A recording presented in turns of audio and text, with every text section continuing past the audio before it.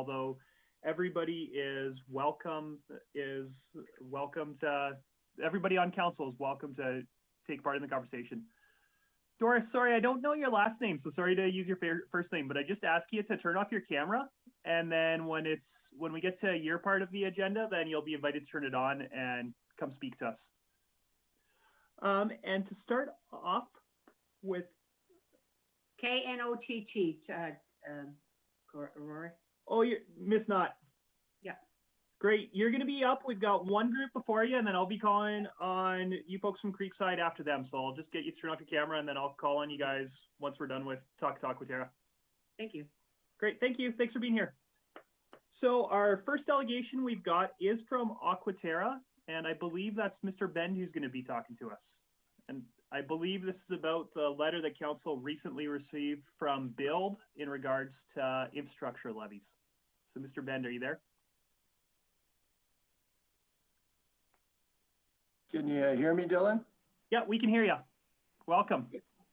Thanks, Dylan. Thanks, Councillor. So Mr. Ben, you've been here before, so I'm sure you know how it goes, but just for others, we'll give you about 5 minutes, up to about 5 minutes to speak whatever you want to share with council, and then we'll take an opportunity to ask you any questions that council might have.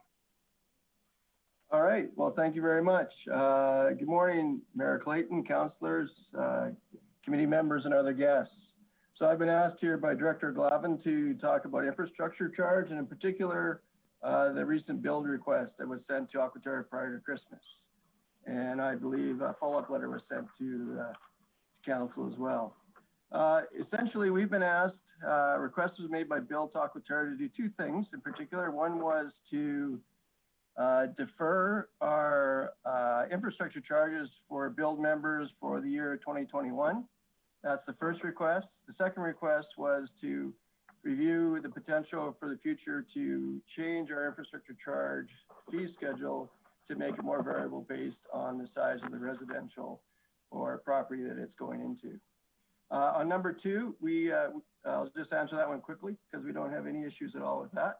We are glad to work with Build on that request, and we'll go forward and work with them on getting something acceptable to all groups, as we have been able to work with Build in the past. On the first request, just a quick background. So infrastructure charge, so really what it is, it funds a portion of the cost required to construct water and wastewater infrastructure required for growth. It's a common practice in the industry across multiple providers and jurisdictions. It funds approximately 25% of Aquaterra's capital program, and that's about on par with other jurisdictions, both in the province and other provinces. The funds are invested, particularly with this region, the funds are invested in the jurisdiction where they're collected or on common infrastructure. The infrastructure charge is based on capacity as determined by the meter size. And I'll talk about that in a sec. The charge is paid when the service is connected, which is quite different from other jurisdictions where the fees are due upon the permit stage and approval. So essentially, our folks, our industries have to pay a little bit later, otherwise Aquaterra carries those costs until the home is ready to be connected. What have we done recently? So we got together with Build and made some fairly substantial changes to infrastructure charge in 2019. Overall, we reduced the charge by about 5% on average in 2019. We changed how infrastructure charges were billed and determined it was going to be on the meter versus the line size. That gives Build members flexibility. It can reduce costs, and it also provides, like I said, increased flexibility for future upgrades.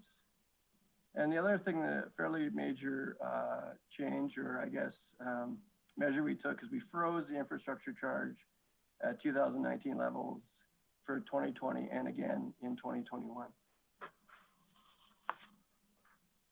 Speaking specifically to their first request to waive the charges for 2021, we did take a review of that. We looked at the impacts across the board, across our business, across our customers, and across all industry groups. What the impact is when we do waive that charge, it reduces our no-cost capital to build this growth infrastructure, and it has to be replaced by the company, by Aquaterra, by using more expensive capital or funds from the market. Just as an example, an investment of $1 million that is not funded by infrastructure charges can increase all customer rates up to about 0.7%. So pretty significant impact on customers. The other concern that we did have is waiving the charge potentially sets a precedent for other customer requests in our region. So we were concerned about doing that, particularly when we charge zero.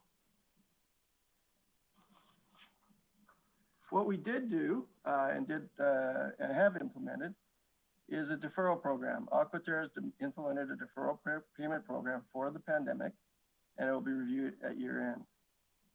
Essentially, 25% is paid at the connection. There's a period of 6 months where there's no payment required, and then the balance is to be paid off in 12 monthly payments, again with no interest charge on any of that.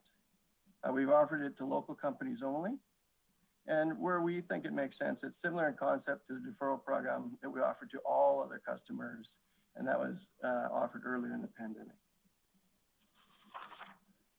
And that really, at the end of the day, covers what I wanted to say in my comments.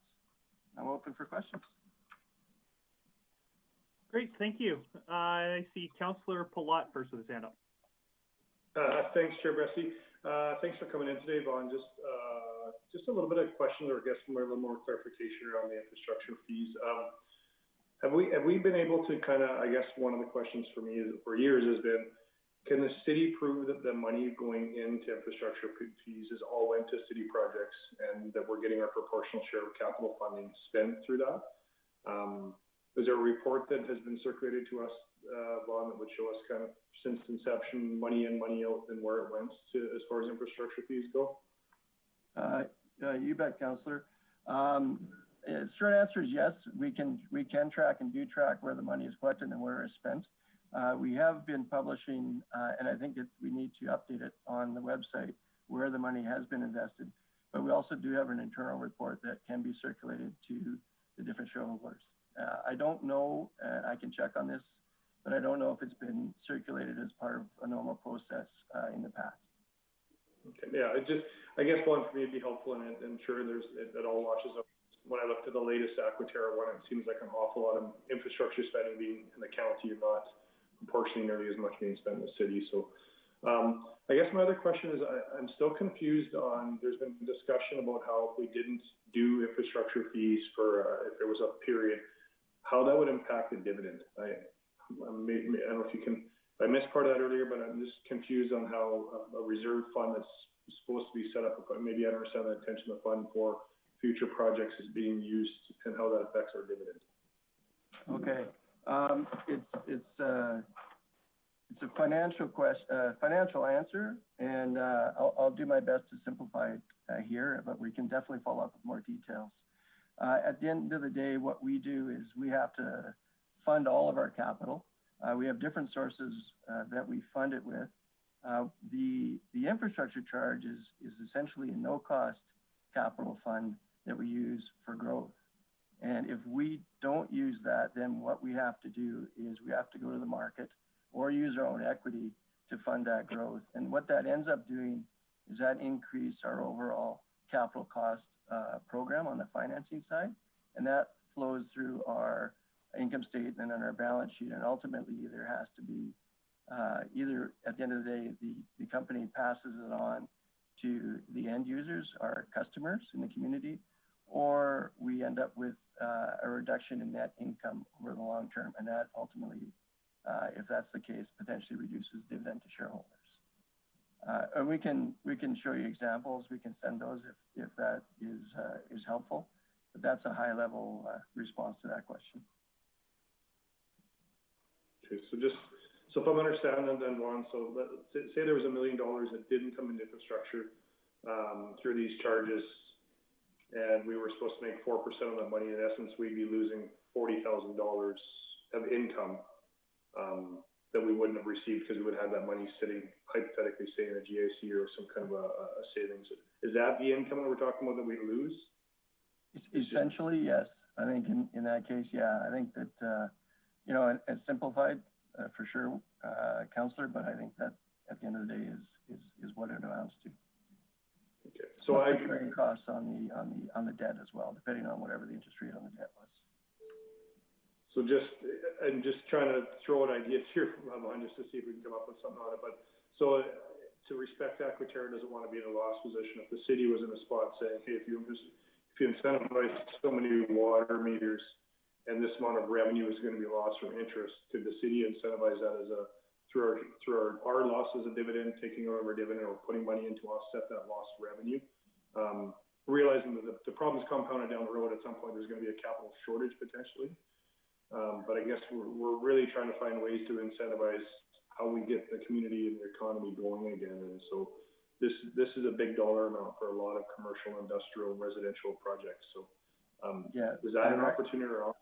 Yeah, absolutely. We're as we've shown in the past, Councillor, we're more than willing to work with any group to try to make the region better.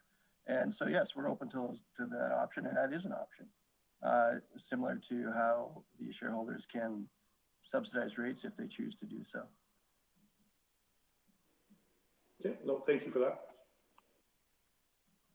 Thank you. Are there any other questions for Mr. Ben? Mayor Clayton, and then I'll get myself in.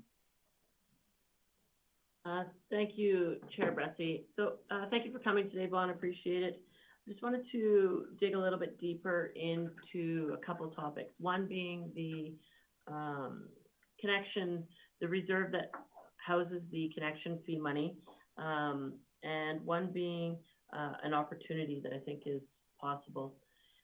In regards to the collection money, you made the comment that the money that's collected in the city is traditionally fairly equally spent in the city. Can you elaborate a bit on that for me? Sure, I can try. I don't need specific numbers, but tell me what types of things, in the connection fees that are collected in the city, what types of things are spent in the city? Oh, okay. The types of spends are generally,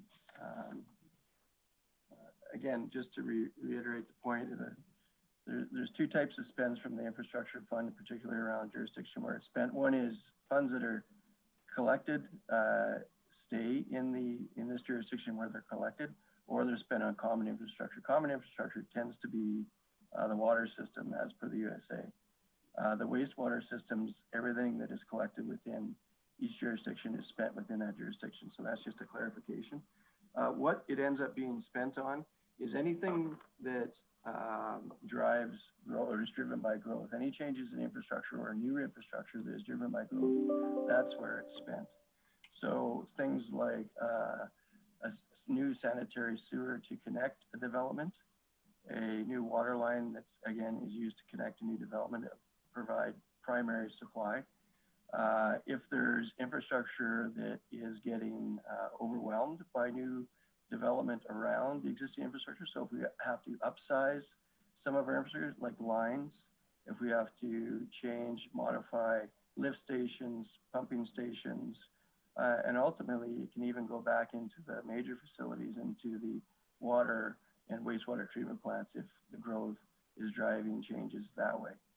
Those are where the money gets spent, invested.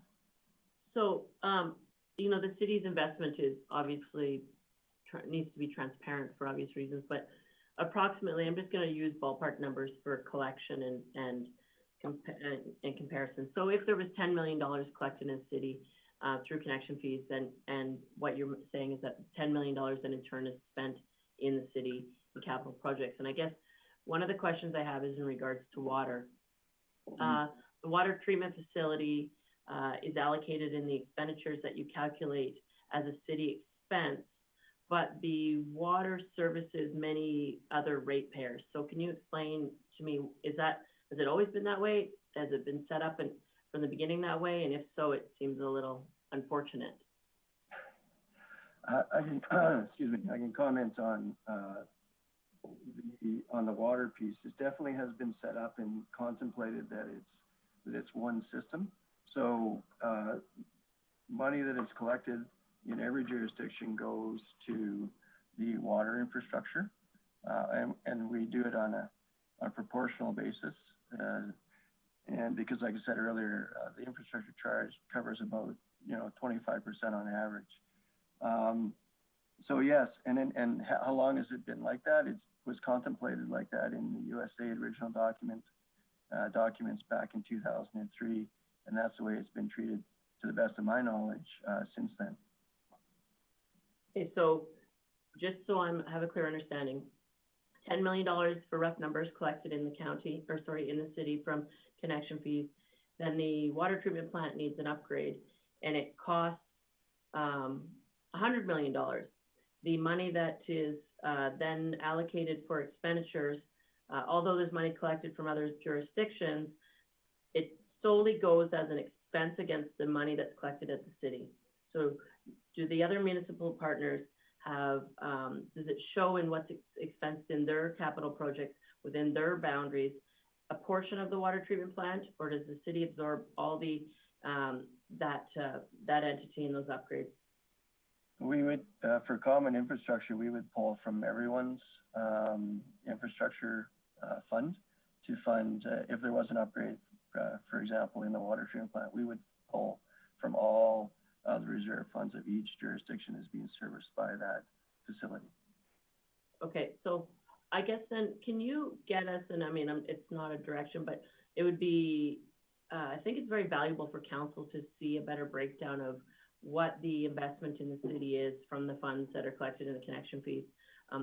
And I'm not doubting, your numbers or your knowledge of the organization. What I'm concerned is that if we're collecting $10 million, that $10 million is going back to the city, because I can't, in numbers that I've seen, I don't see that money being spent in the city. The city hasn't had a lot of big capital projects in infrastructure projects in the past few years. And so, and that's just the way the lay of land. I get that. The city was already established. We had our infrastructure in place. We're doing enhancements, but there hasn't been a ton of big capital projects.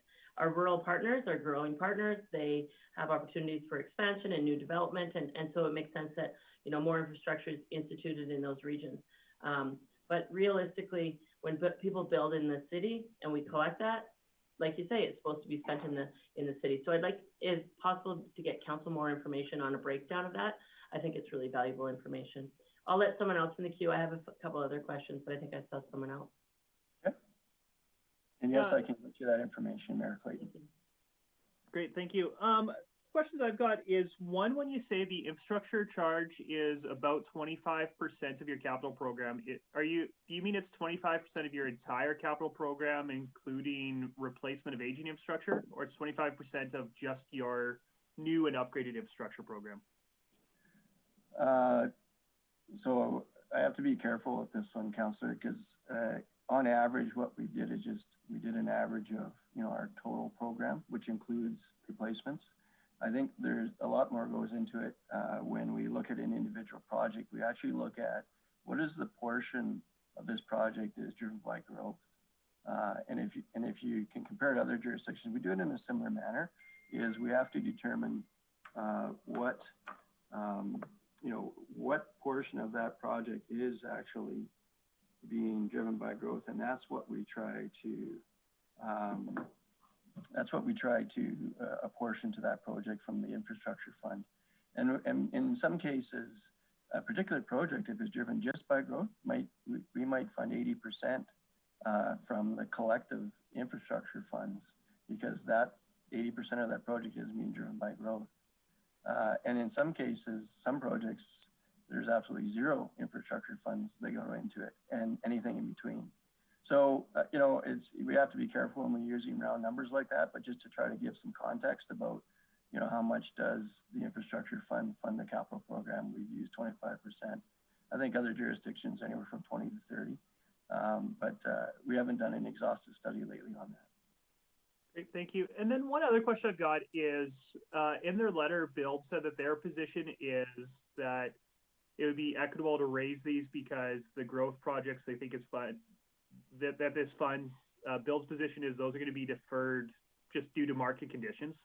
How does changing market conditions factor into your infrastructure charges in terms of, do you lower them if you think less growth is going to be needed? Just how's that how do you change as the market changes? That's a challenging question. And I think that what I'll do is I'll just talk about what we do and most utilities do. Since utilities are a long cycle, very capital intensive business, we generally don't look year to year. We can make some minor adjustments if we feel that we're way off or trajectory is either over or under what we need. But what we do when we do calculate kind of the infrastructure charge on a residential home is we look at a time frame of 20 to 30 years, the capital program going forward. What are we going to spend overall? What is the land that's going to be developed? How many residences? And then we kind of proportion it that way. And so what that does is that levelizes the infrastructure charge, Councillor, so that we don't have, in cases where we have a huge build out, we don't have massive infrastructure charges required. We don't have shortages in a reserve fund. And again, it kind of, we try to levelize it that way. So year to year changes, other than if there's, a mistake or, something unforeseen, like some sort of environmental bordering on a catastrophe, we wouldn't change the infrastructure fees. Great, thank you. Are there any other questions for Mr. Ben? Mayor Clayton. Thank you. In regards to the reserve fund, can you tell me the parameters around it? I think if I'm correct, there's not a lot of parameters around it. There's no, like the city reserves, we have procedures in place that there's a minimum that it has to be at. Is there an expectation with your reserves that there's parameters on it? And is there, a surplus or a deficit in that capital fund? It relates, Mayor Clayton, it relates back to Councillor's question previously is we look long term, and we don't have limits within our infrastructure policy. And the reason we don't have that is because of the cyclic nature of the industry and our long-term view. So we try to stay away from limits where we would have to be forced to increase an infrastructure fee when we don't feel we need to. And so how we do that is we do look long-term. We look at the expected capital based on the development. And I know we do sit down with your folks and with the other shareholder folks to try to plan out the development. And then we take a look at our long-range capital plan. So as far as limits, no, we don't have limits. Do we have cash management? Do we have financial policies? Obviously, we do in place to make sure that we are financially stable and sound. Right now, and like I said, I believe we talked prior to this meeting, we're currently sitting at an infrastructure fund of about $24 million. That will be depleted by 2024 based on our capital spend. And like I said, in periods of high development, the fund grows, and in periods where we do have some slowdowns, it tends to draw down. And the whole intent there is to try to levelize that. So I would assume that there's consideration given for the fact that some capital projects maybe are delayed based on growth of the region. I mean, we all know that this is not only a pandemic, but an economic turndown. And so there's expectation that some capital projects maybe are delayed because they're not essential. What consideration is given for projects that are essential based on the current economic state? And what consideration is given for the decision of capital projects that benefit all members as opposed to certain members, one versus the other? As the largest major shareholder, I think it's important for the city to have some, concern when capital projects may not be in the best interest of the organization, and potentially could be in interest of other shareholders. So what considerations given for the economic state of the region when you're doing capital plans, and what considerations given for the shareholder breakdown when you're making capital decisions? Okay. I'll do my best on that question. So what considerations are given? So generally what we do is, again, and it does come off of our long-range planning, when we get down into a budget cycle, 2-year cycle or 5-year cycle, what we look at is there any, just as a standard business principle, is the longer that we can defer capital programs, the better it is ultimately for our ratepayers. And so we try, we do a long-range plan, and then we do short-range plans, and then we do optimized plans that end up in the budget. So what we did recently, just based on the pandemic and the economy is that we deferred some major projects out to 2030. What that ended up doing in the short term was lowering our capital requirement and ultimately reducing the potential cost to the ratepayers, the ones that are paying the bills every month. So we do that on a regular basis. When we do that, we have to balance obviously against risk, whether it be environmental, operational risks, financial risks. And so that's what we tend to do on a high level as a general concept. When it comes down to individual jurisdictions, what we look at, and there's provisions within the USA, is we try to, when we do invest, our intention is, and our renewed focus is to do economic projects. And so we are obligated to provide a 5% return dividend mandatory. Our projects at least need to meet that hurdle rate and more over their 40 or 50 year lifetime. And that's the planning horizon and the capital requirements that we're putting into our projects now as far as a discipline perspective. So yes, we have deferred. It has benefited our ratepayers initially, and then ultimately, if it's a sustained reduction or a cancellation, then when we do look at our infrastructure fee, then it would ultimately force that down. Go ahead, Chair Bressie. So tell me, Mr. Bend, in regards to, so there was major project deferrals that were an effort to reduce rates for the ratepayers, a rate increase for the ratepayers during the pandemic. I need to think about that. So here's my thought. If you're going to do a capital project that was deferred, you already had a reserve for the money. The intent then, you deferred capital projects that were going to be greater than the reserve had. And so that's how you saved rates for the ratepayer. And at what point, what does the borrowing capacity look like for Aquaterra? And I don't need numbers, but how often in consideration is there, we rely completely on the capital plan, we have a risk tolerance of this percentage of borrowing. What does that look like for large capital projects? If the fund was less, the organization could look at borrowing, I'm assuming. Tell me more on the correlation between the capital plan deferrals and rate increases. I'm missing something there. Okay. So again, at the end of the day, we use a full cost model to determine our rates for our customers, and all of the costs that the utility expends, whether it be operating costs, you have people in the field to fix, or whether it be engineers in the office to design, or contractors to build new capital, all of those costs tend to go into our rate model. And so when we can defer capital, at the end of the day, what that does is it lowers our overall what's called revenue requirement. And so we ultimately can reduce not reduce rates, we can probably defer increases to rates because of that. And so how capital plays into that is it plays in a couple ways. One is on the depreciation side. The larger your rate base, the more depreciation you're charged. But essentially, the real cash costs are on your financing costs on your capital you're raising.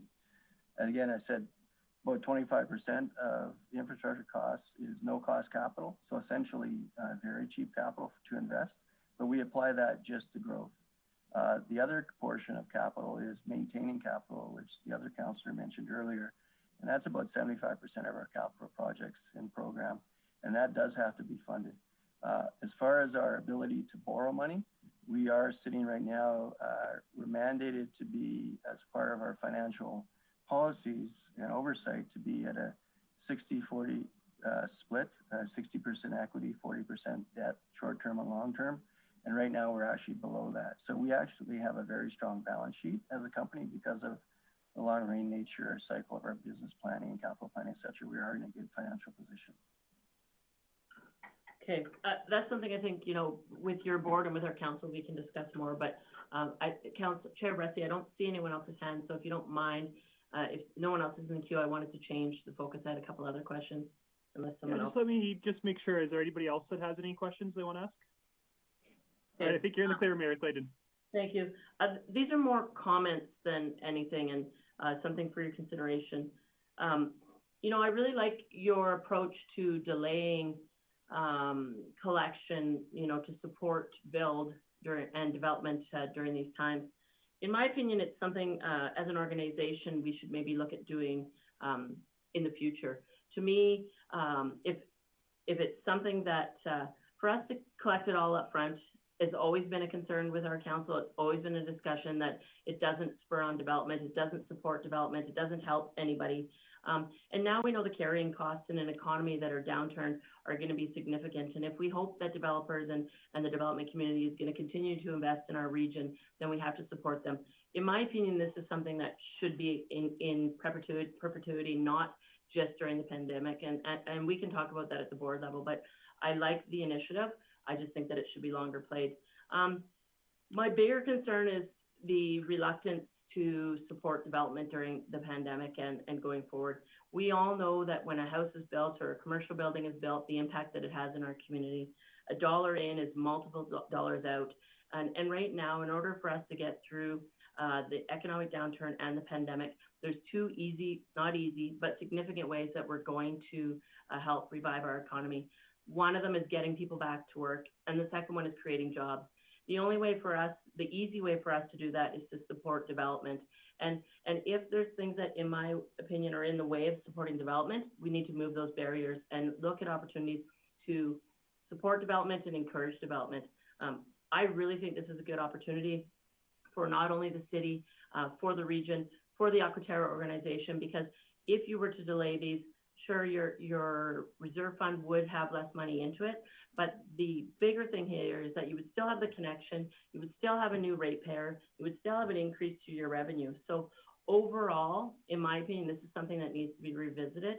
And I think it's a longer discussion here, but I truly believe that supporting development in our region is going to be one of the most significant ways for us to see an economic recovery, not only from the pandemic, but also from the downturn that we're seeing across the province right now. So, I think there's lots of further conversation that can happen here, Mr. Ben, and I really like it, the conversation we're having. I don't know, I don't want to take over this whole meeting with it. Our council, and I know, is very passionate about Aquaterra and the value that it brings to the region, but also the value it brings to our organization. And as the single largest shareholder, it's one of the most significant things that we can, as a council, have impact on and opinion around. So I totally appreciate the USA is a unique document by nature, and that there are other shareholders in it with an equal vote. But as a single largest shareholder, in my opinion, we need to have more say, more impact in this. And going forward, I look to more conversations. So I really appreciate you being here today, and thank you for that.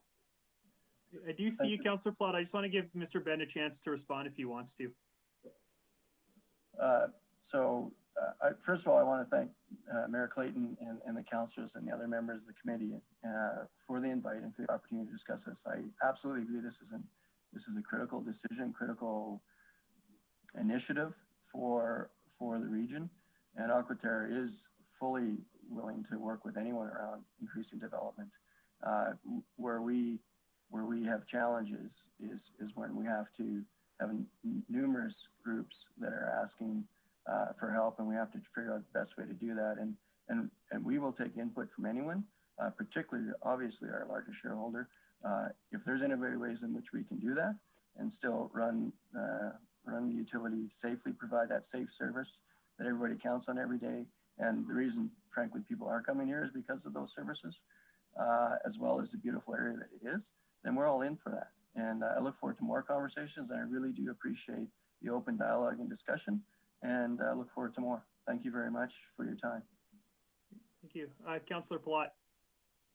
Thanks, Chair Bresty. Just one more question here before we get you off the hot seat there, Glenn. Just looking at quick math here of what happens if there is no development. So if there's no development and we're not incentivizing development and no new revenue comes in, sure, we don't affect the infrastructure fee, but just on a quick thing, if we incentivize, say, $500,000 worth of permits or 50 homes had no infrastructure fees, the next year, the water rates and the income would be about $50,000 to Aquaterra on just the water bills on those 50 doors. If those 50 doors don't get built, there's no income. That's actually higher than what it's probably going to lose you guys in lost dividends and interest on that $500,000. So when I look at 22, if we had 50 homes be built, the income that it creates is actually higher than what you would lose on interest income of having that money sitting in reserve. So I guess I'm struggling a little bit with seeing how this actually hurts. I really can appreciate it hurts Aquaterra long term, but I can't understand how this actually hurts us in the short term, because it actually, without starts, there's no new income. And so if we had 50 more homes built, it would actually create an $80 to $100 bill every month for those 50 units over the course of the year. That money is higher than what we'd be losing and what we'd lose in interest. So has that been looked at by Aquaterra? I'm just kind of wondering how many angles Aquaterra has looked at this, I guess, more. So have we gone down to that detail, Councillor? No, we haven't. I think that if we do add, 50 homes, we're probably looking at $60,000 increased revenue, which is fantastic. And what's more fantastic is new families into the area. We probably running about $15,000 on income on that after all our costs. So I understand that there is an increase, a bump, and that's what we want at the end of the day, right? But we do have costs to services those homes, both short and long term. Our challenge, and we're willing to work with anybody on it, is how do we balance the short versus the long term? Because when we have those major capital expenditures, we need to actually fund them, and we are here for 40 or 50 years, and we got to make sure we look long term as well. So help us find the right balance. We're more than willing to work with anybody to do that. Okay, and I guess just on the last question here. So if it was a direction of council or councils that are partners in Aquaterra to have this happen, is that something Aquaterra would be fine with facilitating to have it happen, as long as the revenue as long as the math made sense, I guess, and realizing there is no bazooka we can pull right now and shoot off in the community that's going to help. This would go a long ways in actually having a guy start a home or a multifamily project or a commercial project or an industrial project. I heard the other day that Fort McMurray had 6 building starts last year. And, I just don't want to see Grande Prairie get to that point where we're it's so unattainable to do development that nobody does for a year or two, because we know the havoc that'll create, and actually that'll create a lot more havoc long term for you guys, because then there is no revenue coming. So I guess one last question on that is, has Aquaterra looked at what happens if no infrastructure fees come in this year? Because without incentivizing the industry, that's a realistic scenario. So has Aquaterra looked at what happens if zero infrastructure comes in this year? Well, long term, then, like you said, long term, we're short term and long term. The last thing we want is to be a barrier to development. So I don't want to speculate on what happens if there's no infrastructure development, because at the end of the day, that's bad for everybody, whether it be the hotels, business, service business, cars, oil, everybody. So I'm not going to speculate on that. What I will say is that I do want to work with anyone to try to help where Aquaterra can and within our mandate. So two points on that. One is, you are a shareholder.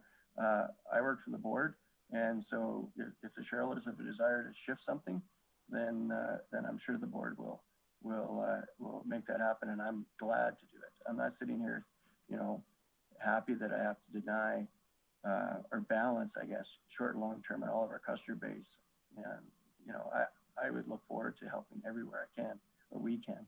And so I think to your earlier point, Councillor, is yes, if that's the desire of the shareholders collectively, I'm sure the board will obviously do that. Right now, I have parameters within which I can operate. I thought that we could help immediately, and we have, by putting a deferral program in place. If we can make adjustments to that, then that's something we can do, pretty much right away, because it's already in place. Longer term solutions, or even short term, we're open to it. And that's why we're having this conversation, and I applaud it, and I applaud council's interest, and we're looking for any help we can get. Well, I appreciate you taking the time to come in, Vaughn, and answering the questions. It was good to see you. It would be nice to see you in person, but it was good to see you like this as well. So thank you. All right. Thank you, Councillor. Great. And I don't see anybody else trying to get in, so I think you're off the hot seat, Mr. Ben. Thank you again for coming in. We really appreciate your time today. Thank you, Councillor. I appreciate the conversation, and I love the passion. So, like I said, thank you very much. Great. Thank you. And then next up on our agenda, we've got a delegation from the Creekside Condominium Association. And I know I saw Miss Knott on the line earlier, and I'm not sure if Miss Woodworth or any of your neighbors are with you, but feel free if there's anybody else from Creekside to turn on your camera and join the meeting as well. All right, so Miss Knott, Miss Woodworth, you saw how it went. You got about 5 minutes to speak if you want, and then who knows how long we'll keep the conversation going, because council will have opportunities to ask questions after. Okay, thank you. Good morning, Mayor Clayton and city councilors. My name is Joanne Woodworth, and I'm a volunteer board member with Creekside Condominium. Back in November, we did a presentation, or submitted a presentation to City Council on some of our concerns with how the city collects our taxes of approximately $750,000 a year. But we feel we don't get many services from the city. We are not disputing our taxes by any means. I do agree that we should pay our taxes, and in that presentation I had a breakdown of and a percentage of what the average city taxpayer pays and what the Creekside residents pay. On top of that, the residents of Creekside also have to pay a condo tax of $175. So average of $390 a month going out just for taxes. And like I said, I'm not disputing the taxes, but I think that we're in a situation in Creekside where we need help. And as you know, because in the reports that's in front of you today, it's saying that our infrastructure was built and not built to city standards.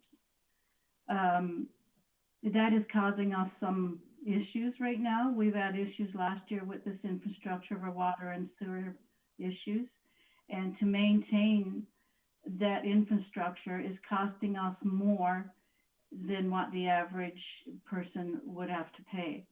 Our condo association got together on Sunday night and discussed the reply from the city, and the board members, their comments were, and I'll read them to you. It says, while condo members may have greater control over services and amenities in their community, we do not understand why this completely absolves the city of their responsibility to service the common areas. As pointed out in our property tax portions of the analysis, the amount of taxes we pay is based on the market value and not on the use or availability of the services. The city directly benefits from being able to charge the residents of Creekside using the same tax structure as anywhere else in the city, while not bearing any of the expense of providing them the services they do the rest of the municipality. To address the advantages made in this analysis, because the city allowed the developers to build Creekside infrastructures to not meet city standards, the cost to maintain this infrastructure in Creekside is more expensive. While condos can provide a different level of service, the residents here should not have to pay more to have equivalent services. We believe the cost for condo association to service these common areas is greater than if the city was to provide them. While Creekside has not chosen to exercise the freedom to limit access, we do understand how this could be considerable an advantage. As condo owners within the city limits of Grande Prairie, the municipal laws of the city of Grande Prairie apply to all owners. The city can exercise control over common areas of Creekside, as we do not see this as a valid reason for not providing services. The development of Creekside may not meet city standards, but the development was approved by the city. I'll go on to say that I did a little bit of research into being annexed with a municipality, and I do understand that annexation takes part because you're trying to expand your city boundaries. And that's what happened to Creekside. So somewhere along the line, in this annexation process, the city had to do out a proposal to the municipal government saying they would provide that property with services such as water and sewer and storm sewer and other services. I would like to know, first I would like to know if there's a way we could view that annexation report that was made to the municipal government. And the other thing is, I don't feel that it's fair and just the way that we're being treated by not getting services from the city. Like I said, our infrastructure is not built to city standards, and it's costing us a lot. We don't have a lot of funds in our maintenance capital funds to take care of our infrastructure. Most residents in our community are either families young that are starting out that don't have a lot of extra funds, or on the other end of the spectrum that are in a retirement stage that don't have extra funds. I don't see how we will be able to increase a condo rate to recuperate money to pay for and upgrade this infrastructure.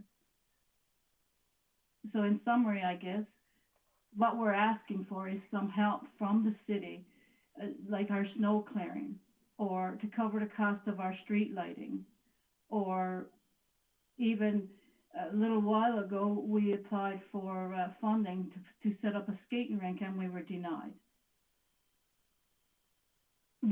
Even to get some help for our inspections on our fire hydrants, or our lift stations, and our waste disposal. There's lots of areas where I feel the city can be helping Creekside accommodate and upkeep their standards of their infrastructure. Doris, would you like to speak? Yeah, just a little more here, because this report is not long, but a couple of the things too that we talked about was property taxes. With the condo fees on top of the taxes, residents in Creekside pay more for the same services as the average Grande Prairie resident. The natural tax reduction that we get through the difference in home evaluation does not offset these costs. The Creekside Condo Association is not looking to get a reduced taxes, and I think you've said that before. We are looking to try to work with the city to provide the same quality of services for the same cost as the rest of the community. In summary of that, Joanne gave some, but we would like to better understand why the city has no obligation to provide services to Creekside. We are a condo, but every owner must comply with the Grande Prairie bylaw. So the city does have control over use of our properties. The city does not change the tax structure for condos and saves money by not providing them those same services. We believe that relying on the market to naturally adjust for this is not enough, and more effort can be made to ensure the residents of Creekside get the same value for their tax money as the rest of the municipality. One of the things that we felt wasn't addressed in the report that came back was the city bylaw enforcement.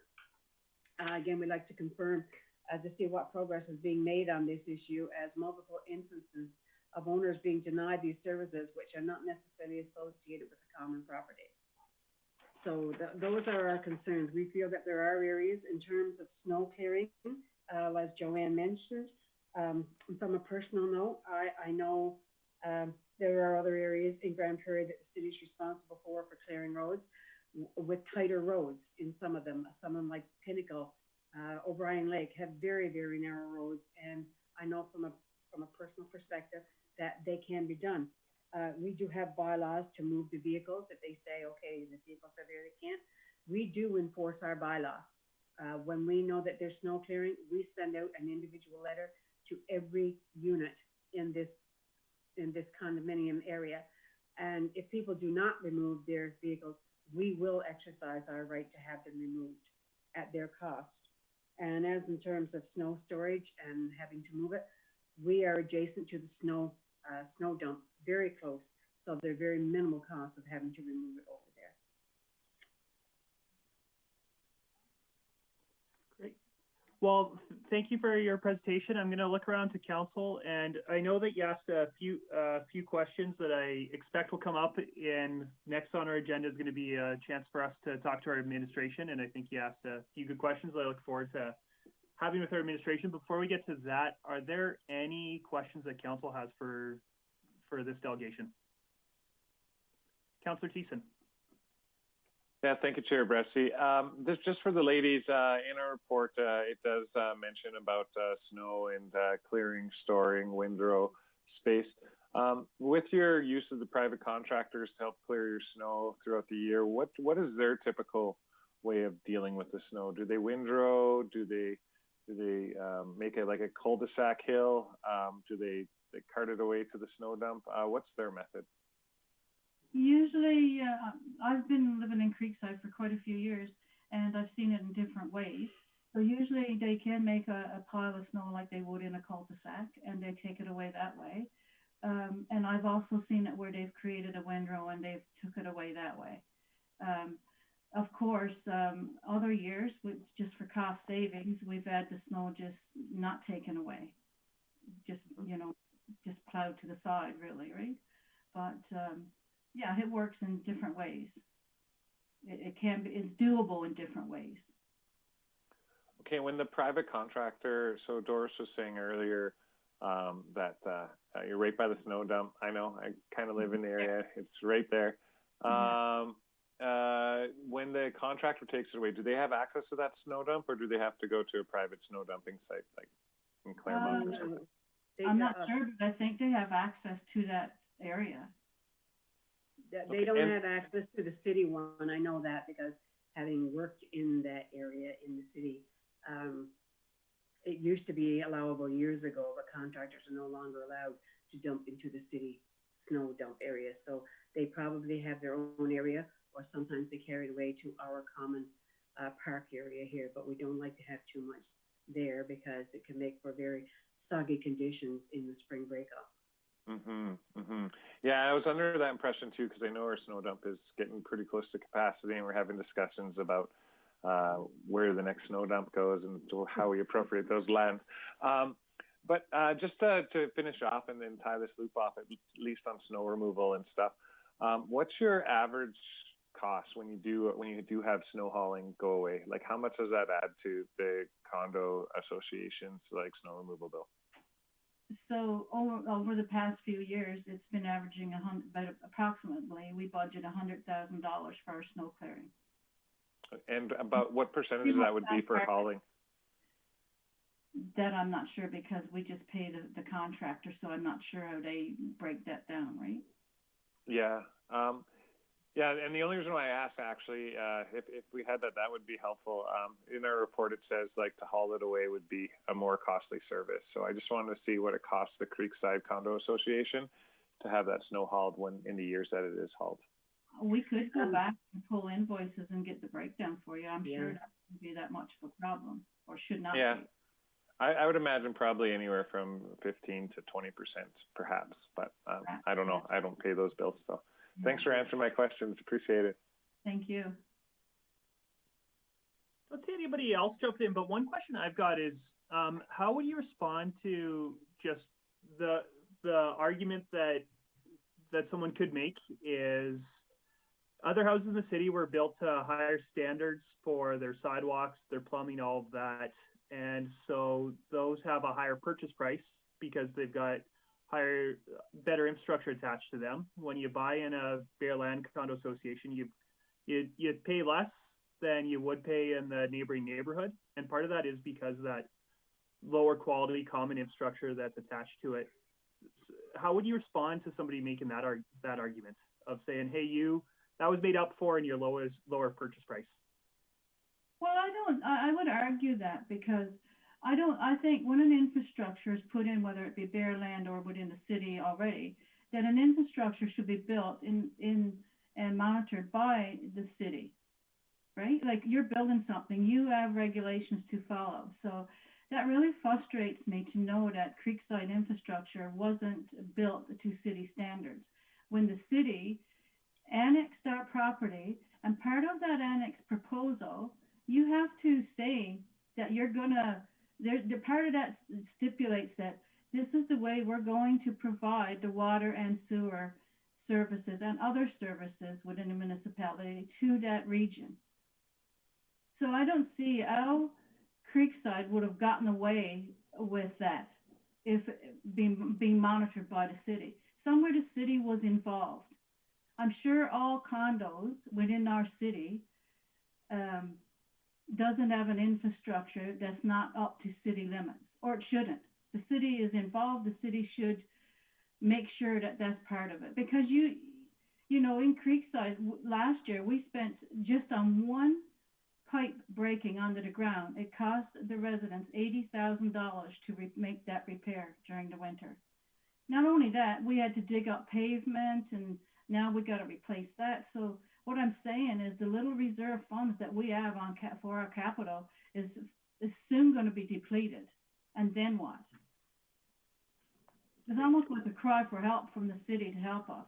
We don't want to live in a park where it's going to be run down and look degradable to the city, because we are part of the city. We're taxpayers within the city. We are part of the city. Okay, thank you. Are there any other questions from council? Great. Well, I think that's, I'm not seeing anybody ask questions. So just so you know what our agenda looks like is we're going to have a brief update from our Director of Infrastructure on everything that he supervises.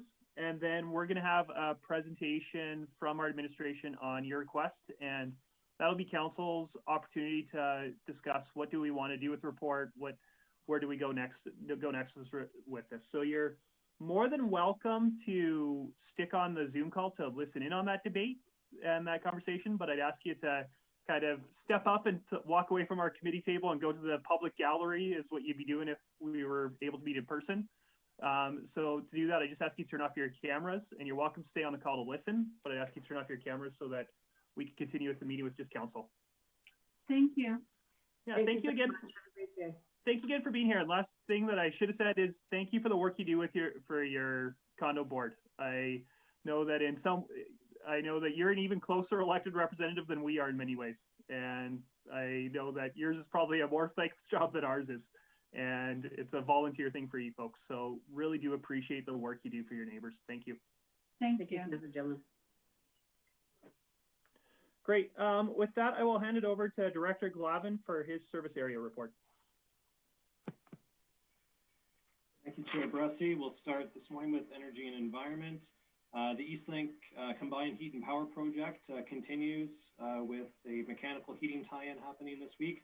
As well, there's a plan to do a breaker install that will require the power to be shut down for 6 to 8 hours. So just coordinating a time to make sure that they don't impact any of the other users at CKC. In engineering services, we posted the sidewalk construction phase 2 tender for Highland Park, the road rehab and overlay program phase 1 for Westside Plaza in Mission, as well as the bridge repair and maintenance tender for a number of bridges around the city. For tenders that have closed, we closed the playground replacement program, the pedestrian crossing improvements for rapid flashing beacons, the overhead pedestrian flasher design for 102nd Street and 104th Avenue, as well as Resources Road and 88th Avenue. The Masquete Park pedestrian bridge tender, so that's the one that will connect the hospital site from Masquete there on the north end. Sidewalk construction phase 1 tender, as well as new trail design and build for two locations.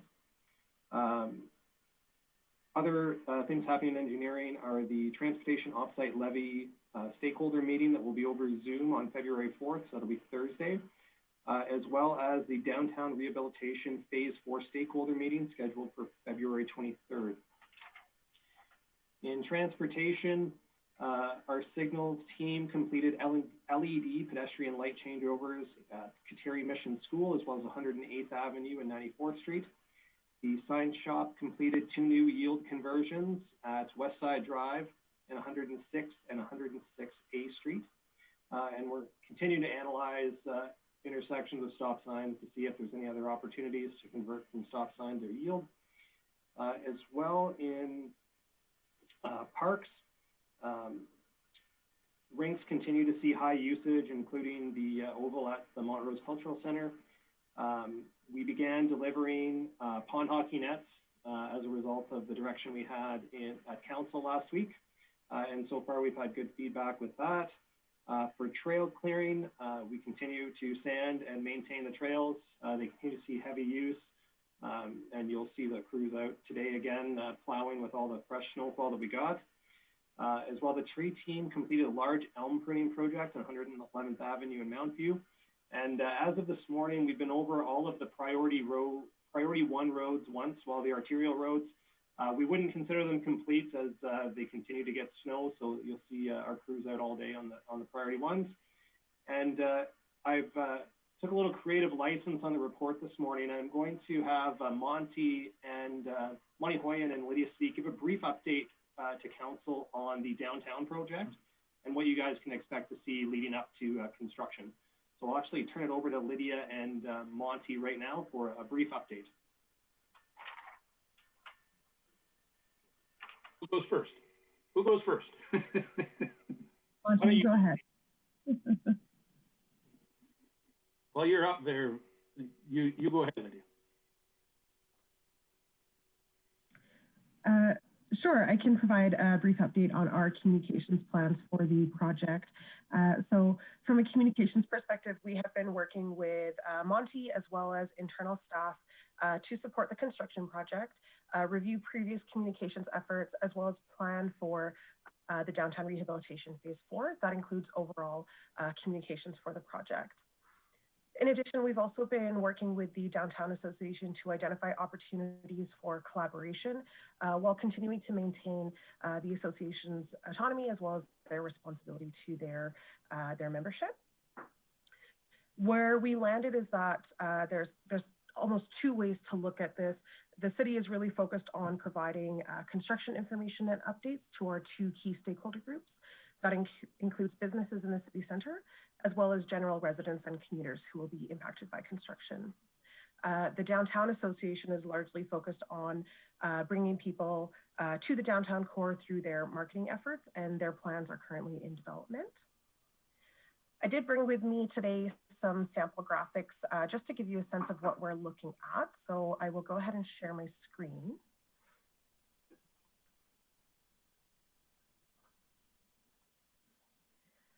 So look to see if you guys can see that now. Awesome. So here, throughout our communications, we have considered many things, including social media, web content, digital ads, some static billboards throughout the construction project that you'll see crop up from now until construction in May. This is an example of some of the promotion that you can expect to see. So this is the social media content that will be going out shortly, the pre-construction signage, as well as something that we're particularly excited for. This is business promotional signage. So if you recall from previous phases, we had the flags. These will be to help with the direction, to help guide people who are visiting the downtown core and help provide them with direction and awareness of which businesses are available. So that's a brief update on communications, and I will turn it over to Monty.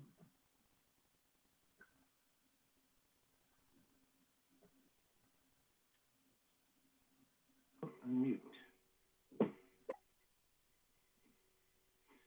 Good morning, Mayor Clayton, councillors, and guests. I'm back. Good to see you again. So at this point in time, we're really concentrating on getting to the construction information session, February 23rd. That's our focus right now. The construction information session is essentially run by the construction firm and the engineering firm, but we really lead into it and make sure that we're up to speed and everything's going to go well. So that's our concern right now. At this point, I'm personally doing an inventory of the businesses that are still in the downtown core, making sure that I can contact them at a moment's notice. And so, like I say, we're essentially just focusing on getting to the February 23rd, which is 2 months earlier than we did the construction information in 2018, which was a bonus for us. Now we're trying to get ahead of the game. And like I say, we're really in depth at that. Personally, the applications for my replacement closed yesterday, and Christine and I are working on shortlisting replacement for my field inspector job at this point in time. But like I say, I'm open to questions from the councillors or anyone who has any thoughts to ask me. I'll see if I can answer a question. If not, I will get back to you. Great. Well, thank you. We appreciate you being here. And I'll let the council, if there's any questions, and maybe I'll say, let's ask questions about downtown first. And then after we're done asking questions about downtown, we can ask about other things for the Director's Service Area Update. So are there any questions in terms of downtown? Councillor Thiessen. And then Councillor Blackburn. Thank you, Chair Bressie. Oh, I almost called you Chair Clayton. Oh, there we go. Thank you, Chair Bressie. Thanks, Monty. You're back. You're gone. You're leaving. I'm not sure, but it's glad to see you're back. Yeah, just a quick comment and then a question. I really appreciate that we've had all this learnings over the 4 phases or the 3 previous phases of our downtown, and we're really getting out there to the businesses sitting on the DTA board. I know that was a lot of concern, like when are we going to start having this conversation with the city? When's the city going to start letting us know what's going on? This is just great. A lot of anxiety, I guess it goes to the time. So thanks for taking the initiative to learn the lessons from the years past and to get ahead of the game so that our business owners can be reassured in the downtown core. I guess my question is for Lydia, actually. Really love the promotions plan and strategy, social media, the flagging is a beautiful idea. I can't wait to see it implemented and stuff. My question, I guess, is just a simple one. As far as communications go, I would imagine we have a plan to email all the businesses in the downtown core to let them know personally about it and or do like poster advertisements, handbills, or whatnot. What's the plan and strategy for that heading up to February 23rd? Absolutely. Thank you, Councillor Thiessen. We do have plans for email updates through a newsletter that will be similar to what was seen in the previous phases. However, we're just switching platforms. So sign up for that is currently open on our city website. In addition, we will have some brochures as well as posters made available for the downtown businesses to display and also to be displayed at different areas throughout the city. I think the biggest thing that you guys will see in the coming weeks here will be that static signage that's going up. So there's 3 key locations around the downtown core where we'll be indicating that construction is coming in May of 2021. And that's going to be the thing you see most. In terms of the flags, I should clarify that we're actually looking at getting A-frames. So they're not going to be the big flags, but they are going to be the smaller sort of A-frame boards, kind of like a sandwich board. Awesome. No, all great to hear. I'm sure you're working lockstep, side by side with Wendy Bosch of the Downtown Association, and yeah, she's really great with getting the word out. So thanks for all the work you do and for the plan that's set up. Really appreciate it in informing the businesses that are begging for it, and they're getting it earlier than they thought. So thanks. Great. Thank you. Are there any other questions about downtown? Oh, yes, sorry, Councillor Blackburn. I knew you were in the queue. My apologies. Thank you, Councillor Bressie. And to Lydia and Monty, I'm very pleased to see you back at it. I know that the merchants in the affected area are going to be in good hands during this time. So thank you for your efforts to date and for your ongoing efforts. Lydia, this is really just out of curiosity, and it's not really all that material a question, but the flags with the business owner logos on them, are they going to be placed on the main street? And is their purpose just to make people understand that those businesses exist? Or is there any way that there's going to be wayfinding so that people will know that there is access to those businesses from alleys? I can speak to that. Yeah, please go ahead. Whoever it makes more sense, fine by me. Okay. Basically, we'll be doing the same thing as we did last year. The flags that we used last time, I think, was an ordering mistake they were oversized, they were too big. So it created just a storage problem for the businesses.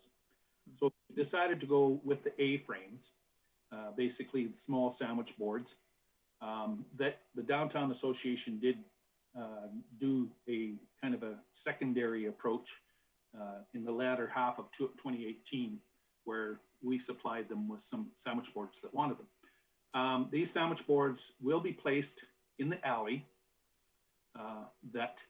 so that will indicate that there is rear access. There are businesses that do not have rear access, but ultimately we're still going to push to have the maintenance of the front access for all businesses. At each end of the alleys, there will be an A-board sign, basically showing that rear access is available down the alley to the businesses, all listed on an A-board at each end of the alley. So, like I say, the ultimate goal is these A-boards will be used by the businesses afterwards in the frontage. I see one flag still flying from the businesses in 2018. Dark Flavor puts his flag out front occasionally on 100th Avenue. But like I say, they were very big and cumbersome, and I really thought that it didn't work as well as the thought process was. Well, thank you for that, and you've just confirmed for me again that our merchants are in good hands during this project. Thank you. Great. Are there any other questions around downtown? Councillor Plott. Thanks, Chair Rusty. Just could you update me again on just where we're going to use or what our allocated site is for storing materials for phase 4? Like we've been fortunate enough in the other phases to have vacant lots or different things to store materials on. Just with this site being a little bit more built out, can you just remind me where that's going to be set up? At this point in time, the contractor has not supplied us where their laydown yard will be. We're working with them to coordinate that laydown area at this point in time. So we don't really have the laydown area at this point. Okay, no, fair enough. I appreciate the honesty on that. I guess it's something, is there suggestions or is it just more we're going to work with the contractor? We're going to work with them. We did that with the 2018 contractor, whereby we used city property in behind Krause's Cleaners and the Fast Gas location. So at this point, we will be finding out where they will be laying down their yard. Okay, thanks, Monty. Thanks, Lydia. Thanks, Wade. Great. Any other questions about downtown? Well, I think you two are off the hot seat for now, although I'm sure we'll have many more great conversations over the coming months. So thank you for working with our businesses to make sure this goes as smoothly as possible. Really appreciate the work both of you are doing. Well, we hope to continue and get it going. Great. Thank you. And then I'll just look to Committee and Council and ask if there are any questions for Director Glavin in the rest of his service area. Mayor Clayton. Thanks, Chair Bressy. Director Glavin, I wondered, and I know we spoke about it before, and I know you have a plan, but just for public consumption, if you could answer for me. What does it look like in regards to capital project communication? So, for example, we talked about possibly a map or something that's easily digestible for the community to know projects and rough timelines throughout the summer. You know, so we know downtown, we know some trails are being done, we know a bike park's being built, we know different things. And when do we expect sort of something that we'll see something that's easy for council to distribute and for, you know, for people to find online of approximate dates of construction projects? And I'm not talking end dates, but, you know, if it's May to June, great, but if it's May to November, sure, with it being flexible. Thanks, Chair Bressy. So right now we need to wait for tenders to close before we get a better sense of who's doing what and when. And it's a pretty fluid situation with construction, as I've said before. We don't put specific start and end dates on a specific project we put a tender out. We'll put a batch of roads out with a tender, and then the contractor is able to decide when they will start and end that road. Now, there's some things that we do in tenders so that we don't close two arterial roads down at the same time. You know, the example I've used in the past would be last year, 116th Street and 108th Street both received upgrades. We ensured that those two roads couldn't be shut down at the same time in order to facilitate traffic flow throughout the city. So in order to give an idea of when things will happen, it'll be post-tender close, and then it's going to have to be us working with the contractor fairly closely to understand which project they're going to do first. So we won't be able to give a complete construction plan for the entire summer all at one time, because we'll have to, it'll be a little bit as we go with construction that we'll give notice in advance, but it won't be able to be on, you know, May 1st that we're able to tell every business and resident that you can expect this road to be closed at such and such a time.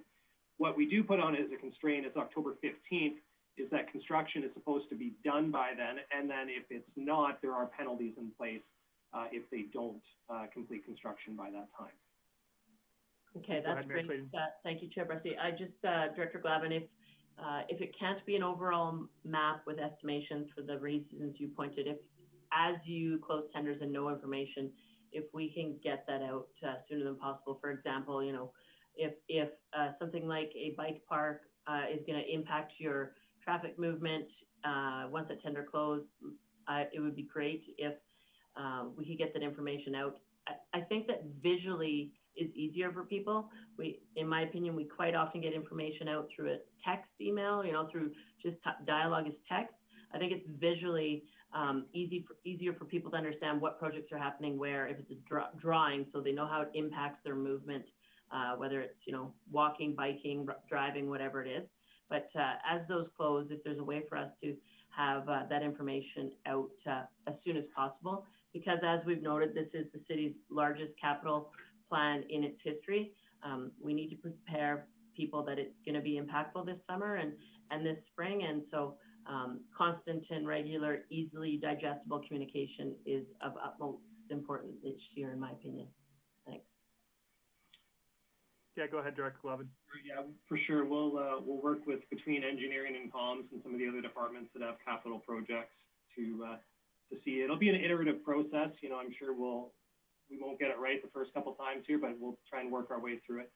And just for future committee meetings, so the plan will be to have a verbal update for downtown from now until the end of the project.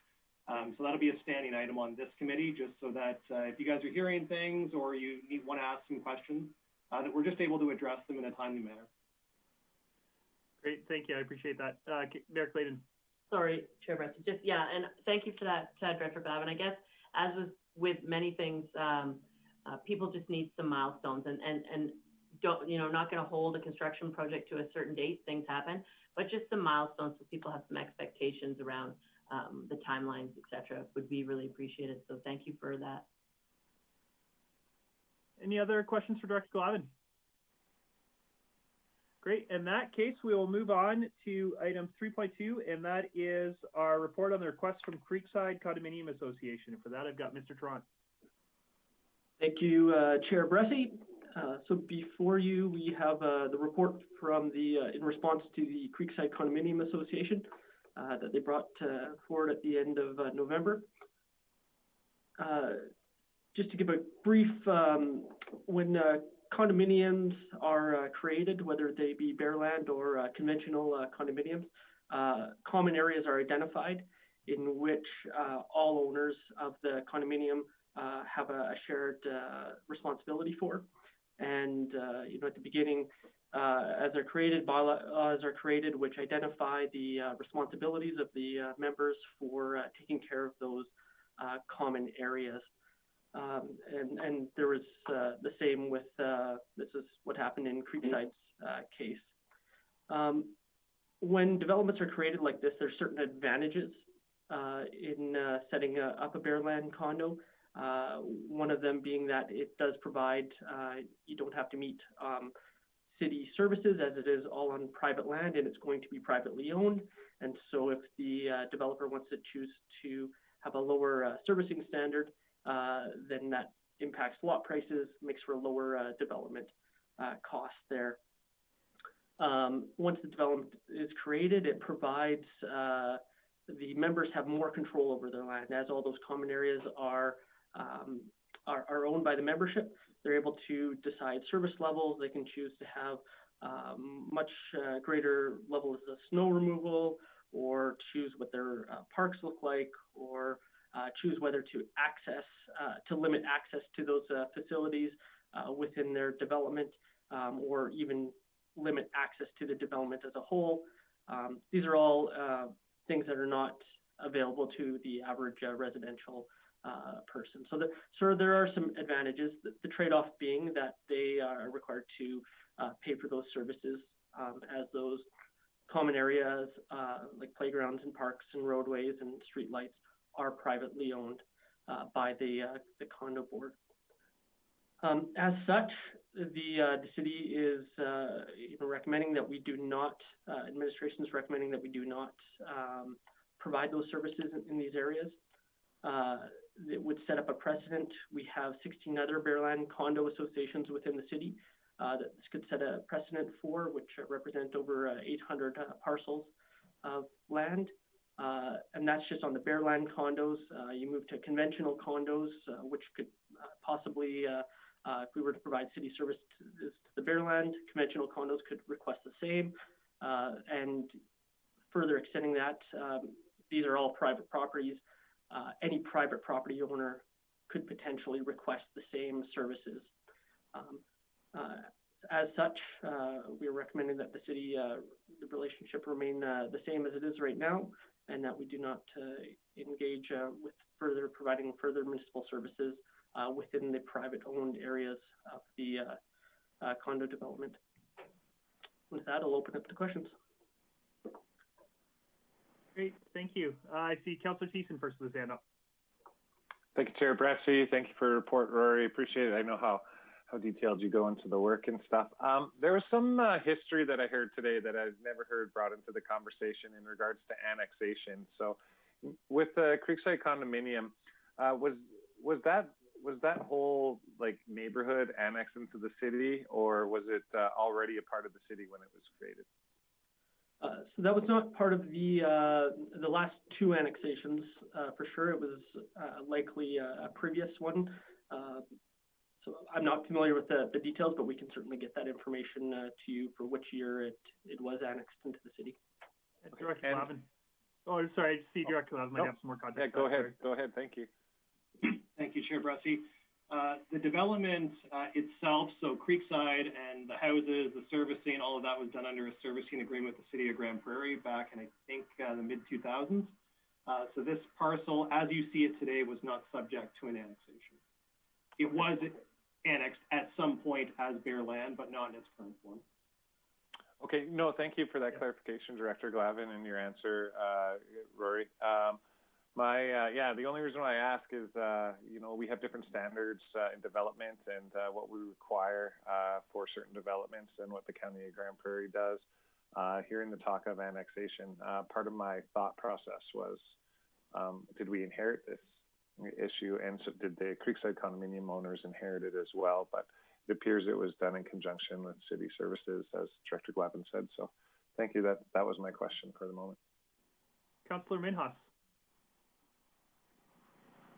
My question is, because I think you mentioned it, that if they don't meet the city standard, but city approved it, are we any liable for that? Or there's a different standard for private owners to have not a city standard for the road or paving or whatever we needed, the requirement?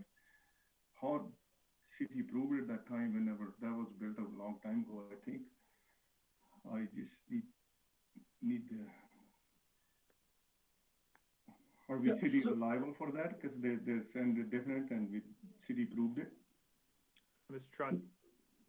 Thank you. The city is not liable because it is within the private property. The city obviously ensures, the connections to, city infrastructure are correct and in compliance with city standards. For example, when it connects to our stormwater system, we ensure, and that's all done through the servicing agreements that we have with the property.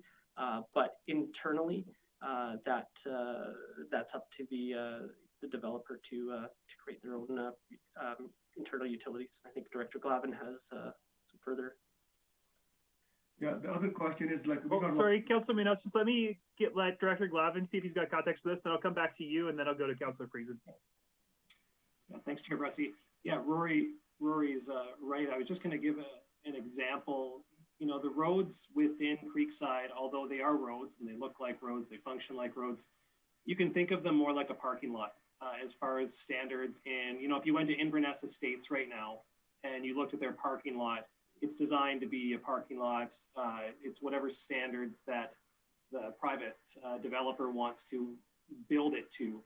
When we talk about standards, up to city standards, for example, when we design our roads, we design them for heavy truck traffic or, you know, a significant amount of stop and go traffic that are all wear factors on the roads, and we design them to withstand that. When development happens on private property, they do not have to adhere to our standards, and that's one of the advantages of a bare land condo is that they can make those decisions to have lower standards and decrease the costs on private property, as opposed to what we would require if it was a public road linking to that private property. Thank you. Councilor Minos. Thank you. I think I got answer from Brian. And I think all the private property or condominium, city is not liable for their private area. They figure out from their condo fee or whatever they have to do, right? Thank you. Councilor Friesen. Thank you, Chair Bressy. Director Glavin, is there anything substantially different now that the city requires from private development like this that plans to remain a privately owned, and you know, whether it's managed solely by the developer or by a society or a board or whatever?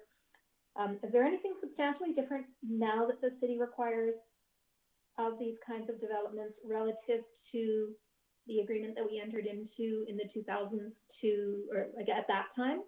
And I'm asking this because I think that I understand that this situation is like me and my private property. So, you know, I bought a house that is, you know, one of 3 that still has lead pipes, and I know that now we're replacing the pipes, and it'll cost me several $1,000s. But I knew that, and those lead pipes would have been approved by the city at some point in time. So I just want to know what the change would be if this kind of development were happening now compared to the time when this one did develop. I would have to confirm with engineering to give you an answer that was accurate to my knowledge. This type of development would still be able to occur today as it is. And, you know, your example with private property being the pipes, you know, what under the building code at the time, lead pipes were appropriate. Under the building code now, you can't. You know, they're grandfathered in, but if you want them to be changed, you know, it would be at your expense as the owner. That analogy is in play here as well for this development. And just to follow up, if I may, Chair Bressy. Please. So, and are there any other, I know that we do have a number of condominium developments in the city, and some of them are quite a bit older. Is there any history of the city providing funding or grants or anything to these developments to do some upgrades or to add some services? Or is this a completely, I know that it's not a new ask of the city, because even in our term, we've had other developments ask, but is there an instance in which the city has said, yeah, we'll come in and make some adjustments or help out here? Thank you, Chair Bressy. To my knowledge, no. I'd have to do some digging within our team to find out if I'm wrong, and we may have, but not to my knowledge. And, you know, ultimately it becomes a very slippery slope if we do it for one. Yeah, that's kind of what I'm wondering, if we've already started that slope or if this is a decision point that will continue to hold precedent. Thank you. A question I've got, two questions I've got is, one is, in terms of road widths, you talked about the standard of what's under the road and how thick it is and how long that road lasts, but in terms of snow clearing, how do the roads in Creekside compare to our narrower roads in Pinnacle?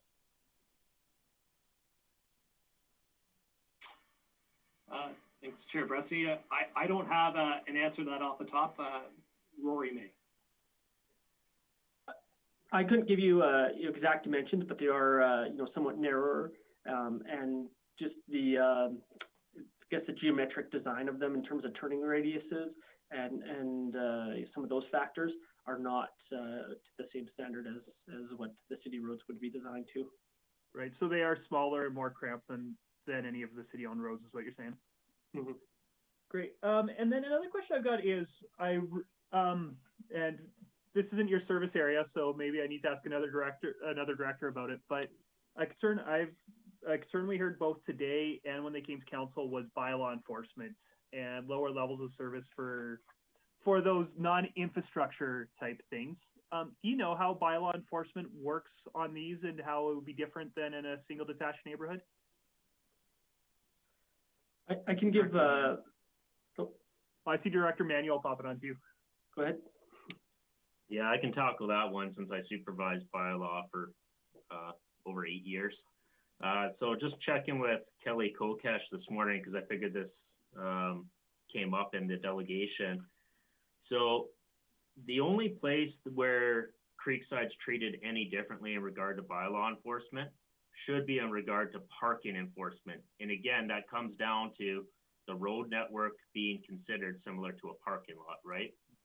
So that being said, it's not that there's no service we can provide there. It's just, it's more complex as far as how parking regulations work. We did make a change while I was at bylaw. Previously, the speed limits within Creekside were not recognized as on the city's traffic bylaw map, which meant essentially you couldn't do conventional speed enforcement in there. Not that there's a lot conducted in a small residential neighborhood like that anyways, but we did amend the traffic bylaw to permit traffic enforcement for speeding offenses to occur within there. Again, I believe there's, they have a contact with an admin coordinator that they try to manage most parking complaints through. But in regard to things like animal control and unsightlies and all of those typical bylaw related matters, noise, they are subject to the same service that anybody else in the community would be.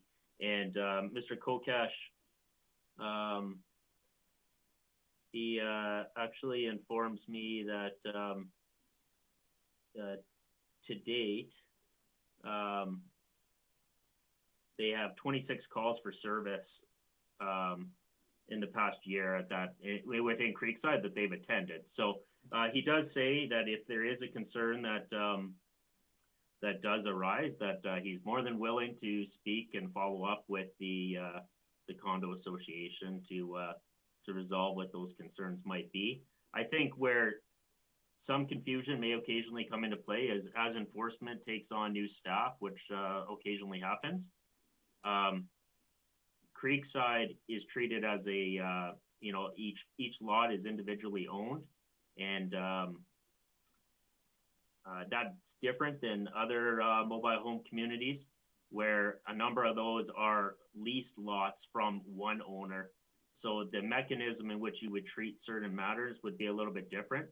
So at times there may be a bit of an educational component with the officer, not being familiar with the ownership provisions of Creekside versus say Trumpeter Village or some of the others. Great, thank you. I don't see anybody else raising their hand, so I'll ask one more question. Oh, sorry, I'll go to Councilor Teeth and then I'll ask my other question. I'll let you ask your question, Councillor Bressie. I didn't get in the queue, so go to town. Sure. It wasn't brought up today, but it was brought up when they presented to council, and that was Aquaterra recycling fees. I'm wondering if you happen to know how Aquaterra recycling works for them and what they're paying per unit for Aquaterra recycling services. I can take that. Yes, please. Yes, we did look into that. There was, so they are charged the multifamily rate, which is, it's actually the same as the residential rate per unit that every other single family resident would be charged. And they do receive curbside recycling there. So that was confirmed, and we did check in with the condo association to ensure that they were getting that service, and spoke with Aquaterra about it, and we've been assured that that has been taking place. So we felt that that was covered. Excellent, thank you. Councillor Thiessen. Thank you, Chair Bressie. I guess my first question will maybe be tougher to answer than the second question. But it was brought up by the delegation today that, you know, their own condo, I guess, board funds are getting low. And if they had like a water main burst or something like that, and they had to fix it as a condo association, that might put them in a pinch and drain their bank account. What is the city's typical process like? And I'm not encouraging this at all, but if it were to happen, if the Creekside Condo Association couldn't replace or afford to pay for any of the infrastructure charges that they may incur in the future, is there a point where the city gets involved in that, or is it just all up to the members? Yeah, Mr. Tron. Is that an easy one to answer? Sorry, I tried to word it as best I could. I can certainly look into it further. To my knowledge, it would be treated the same as any private property. If someone was unable to, had a sewer line fail, they were unable to complete their repairs to that, the onus is on them, and the liability is on them. And, if there was an impact to city infrastructure, I think that's where, the city may get involved. But if the issue was related within the development and only affecting the development, the city would typically be hands off. But that's certainly something we can find out further. Yeah, just a follow-up. Thanks for that, Rory. Yeah, you answered that awesomely. Sorry, a quick follow-up. Sorry, Councilor, please, if it's a different question, then I do see Director Glavin might have more info for you too. Okay, yep. Yeah, and Rory covered it there. The way a condo would do this is through a special assessment of their members. So they would have to levy additional money of the other members of the condo in order to cover that cost. Okay. Now, yeah, and the reason I asked that is, like, in Wedgwood, I think they have an agreement with a pool there that put all the owners on the hook for a $50,000 reno, and they had to add that on. So it's a tough one to swallow sometimes if you pick to choose a place. But all of the Aquaterra's utilities, like the sewer and everything, that connects to the city services, like it connects to our whole system. That's true, or it's not an independent system? So they do have, they have their own independent lift system for sewer, but ultimately it does all connect to Aquaterra and city infrastructure. Okay. So in the future, if anything were to happen and there was something that was impeding its connection to ours, we may look into it, or would they still be on the hook fully for that? Yep. My understanding would be that if it's affecting their development, then we would not. If some reason there's infrastructure failing that's affecting infrastructure outside of the development, that's when the city would get involved. Okay. No, thank you for that. I guess my final question was the other question. In regards to some of the asks, one of the asks, I guess you asked big, or you don't ask at all, was for transit service inside Creekside condominium. Now, I know the easy answer is the roads are too narrow. That much is apparent. There is a bus stop along 84th Avenue there. And I just wonder if if the city or even the condo association has entertained any dialogue about transit routes and how to make it easier for people to access transit service around there. The 84th Ave stop is actually, every day I drive by it, I see at least one person standing at that stop. It's one thing for that person to, I guess, walk out if they live on closer to 84th Ave, but if they live a bit further up, it's like closer to 90th Ave.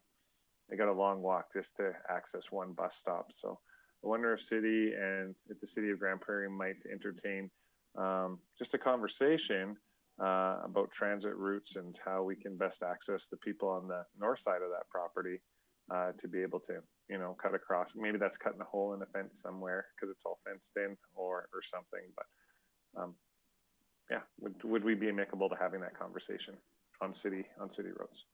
Yep. Thank you. Through the chair, certainly I've spoken with our transit manager regarding this. Currently, the bus stop that's there does meet the city standard of all the residences within Creekside are within that 400 meter distance of the bus stop. So it does currently meet that standard. Looking at the data in terms of usage from that bus stop, it is quite low. And so it wouldn't typically indicate that there is a need for additional stops there or additional rerouting of routes. So that hasn't been on the radar as we redo the transit systems, as they're working on that right now. With that said, I think transit is always open to having those conversations. And certainly if Creekside wanted to explore that further, that could be something that's looked at. But as of right now, it's not on the radar because it's currently meeting city standards. Okay, thank you for that, Rory, and thanks for taking the initiative to forward think one of my questions and have the answer for me ready. Really appreciate that. Yeah, just to make sure I understand that we've been talking city standards for infrastructure. In this case, by city standards, you mean they are receiving the same transit service that any other single detached house would be expected to meet? Correct, yeah. The policy is that we want a city bus stop within 400 meters of every residence, and that currently meets that standard there. Okay, thank you. Are there any other questions on the report? Or are there any committee members willing to make a motion? Councillor Blackburn. Thank you, Councillor Bressi. Yeah, I will make the motion that committee accept this report for information. And I know normally there isn't much need to speak to a motion such as that, but I would like to make a couple of comments for the benefit of any Creekside residents that may be listening in. And I just want to make the broad observation that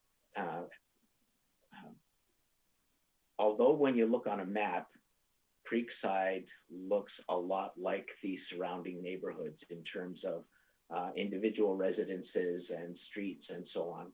But we really do need to remind those residents that they are part of a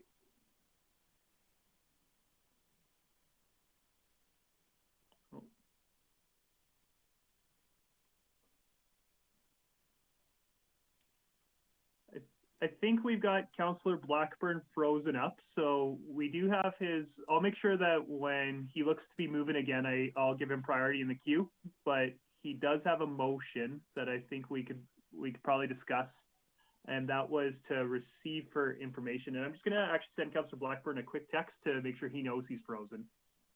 Yeah, and I'll fill in the blanks. I think you said we have a community united lovingly together, and we're all part of that.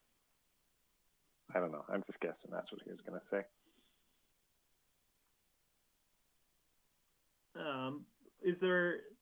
Is there anybody else that would like to speak to this motion?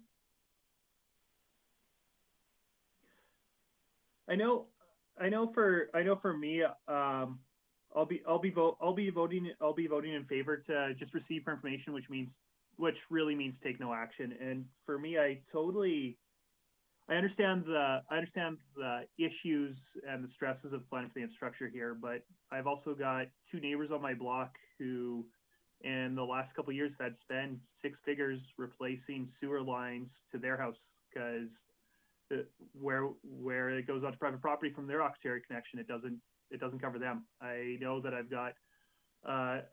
got a phone call from a resident in a condo building about 4 months ago saying, hey, the city really should plow their parking lots.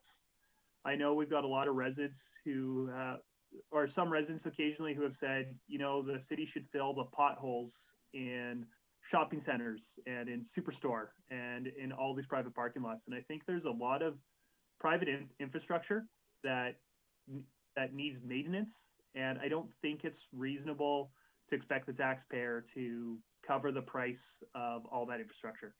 I think that one of the things that you take into account when you purchase a property is how well it was built and how well it's been maintained.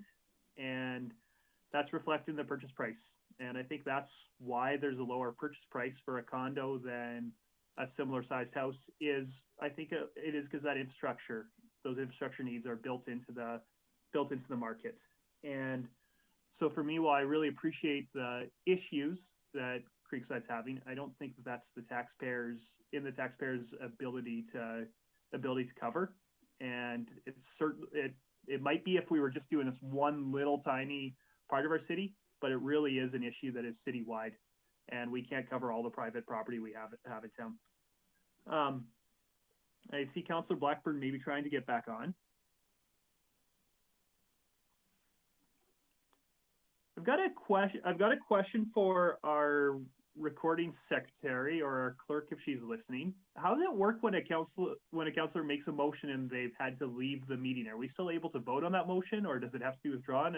Procedurally, I don't know if this is something I've encountered before. Oh, and it might not matter. Ms. Karbaszewski, I'd love the answer anyways, so that in case we have an issue later, but. Certainly,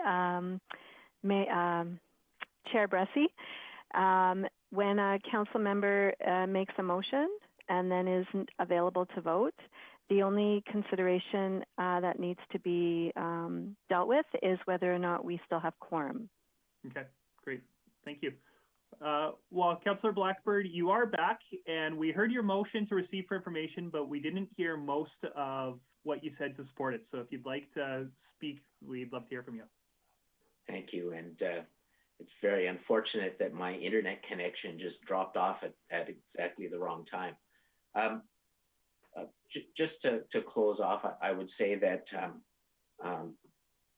I know it's difficult for residents to understand that they're not in the same situation as people who are residents on city streets, but we really do need for them to appreciate the fact that, for instance, we would not send snow clearing in to clear out the parking lot at the Gateway Center or in the Inverness Estates or any other places that are actually private property.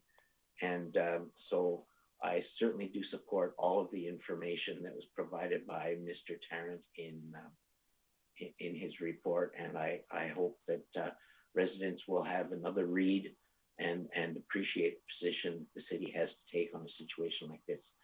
So with that, I will close and I hope that the motion carries. Thank you. Great. All in favor? And that motion carries unanimously to receive for information. Any further business we need to do on this one?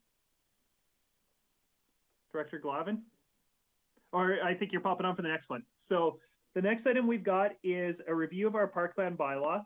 There is no report attached to it, I think, because this, oh, sorry, Councillor Thiessen.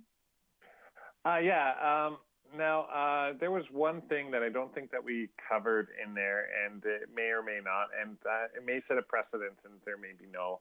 I'm not going to make a motion on this, but it was the transfer of common lands. I know that was part of the motion. I think that was part of the way of saying let's defer some of our expenses, maybe in lawn mowing and stuff like that.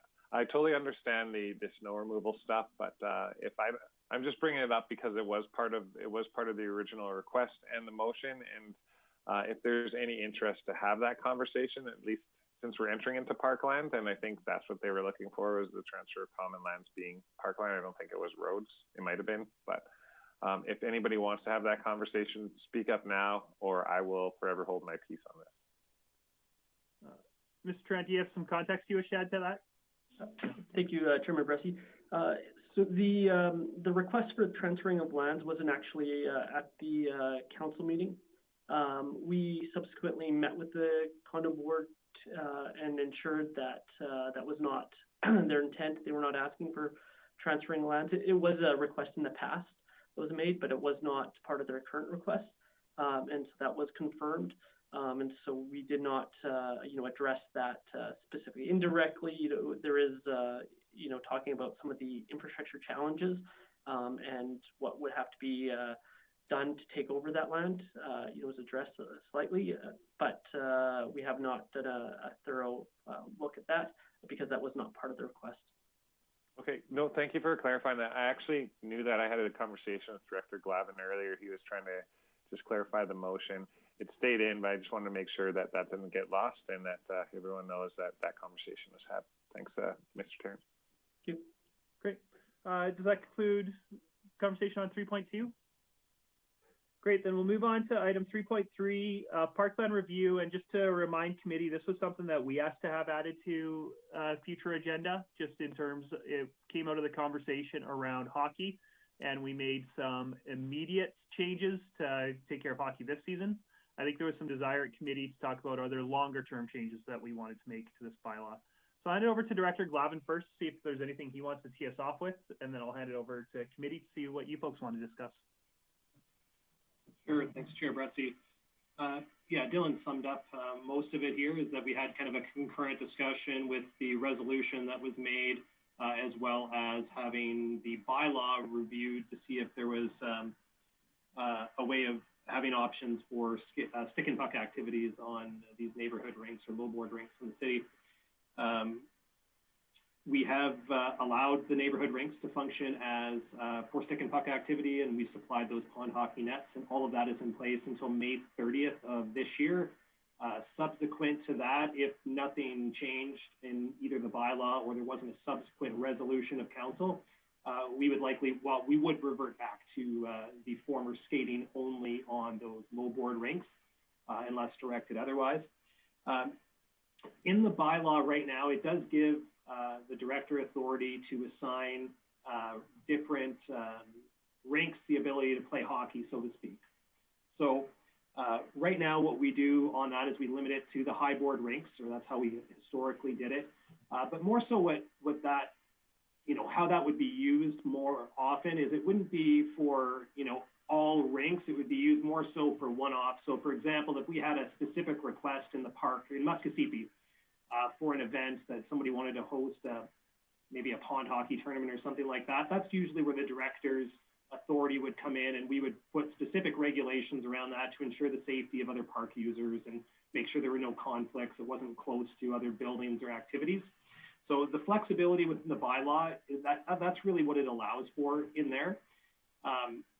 And, when we start looking at different neighborhoods, different parks, I would actually suggest that we probably wouldn't want to put it in here as a broad measure that we allowed stick and puck activity at any neighborhood rink for some of the factors that I said. Just given the proximity of houses or trails or playgrounds, we'd want to make sure that those were taken into account, especially if in the future we allowed full-size rinks again, or full-size nets, where we have people elevating the puck more often.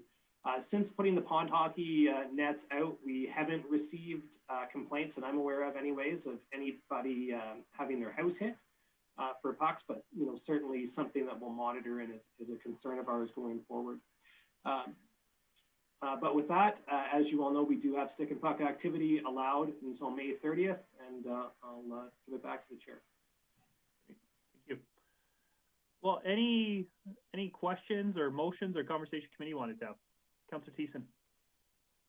Yeah, thanks, Director Glavin. Thanks, Chair Bressie. Thank you for bringing this actually up at the council meeting, because there was some things in the overall bylaw not related to stick and puck or pond hockey that I wanted to discuss. So if we want to, I'll let you sort of direct the conversation as chair.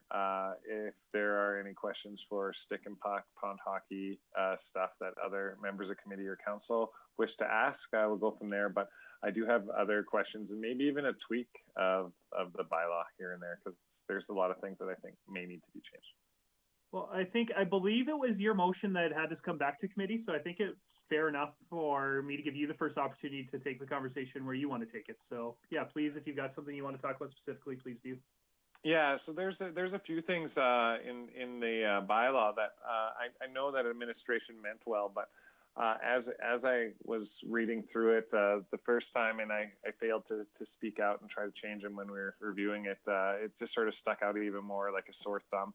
So there's, especially in activities allowed in designated areas, one concern that I expressed the first time that this came up, and this is sort of in relation to the stick and puck and playing hockey, it's point 15.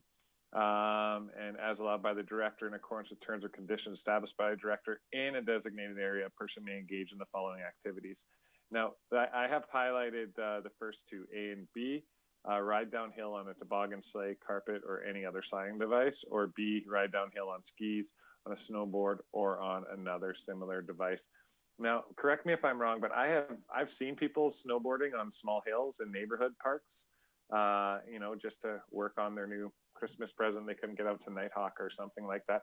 But I don't actually recall seeing a designated you're allowed to ski or snowboard in this area sign anywhere on any of our hills, including Thrill Hill. So I wonder if that may be us just inadvertently, accidentally saying, if you want to use your snowboard, go to Nighthawk, which I don't know if that's conducive to what the intention of this bylaw is, and it may be prohibitive depending upon who's looking at the ticket. Other one under general prohibitions that I thought, and this is point 20 and going down. So the ones that I circled were D, F, and G, and H.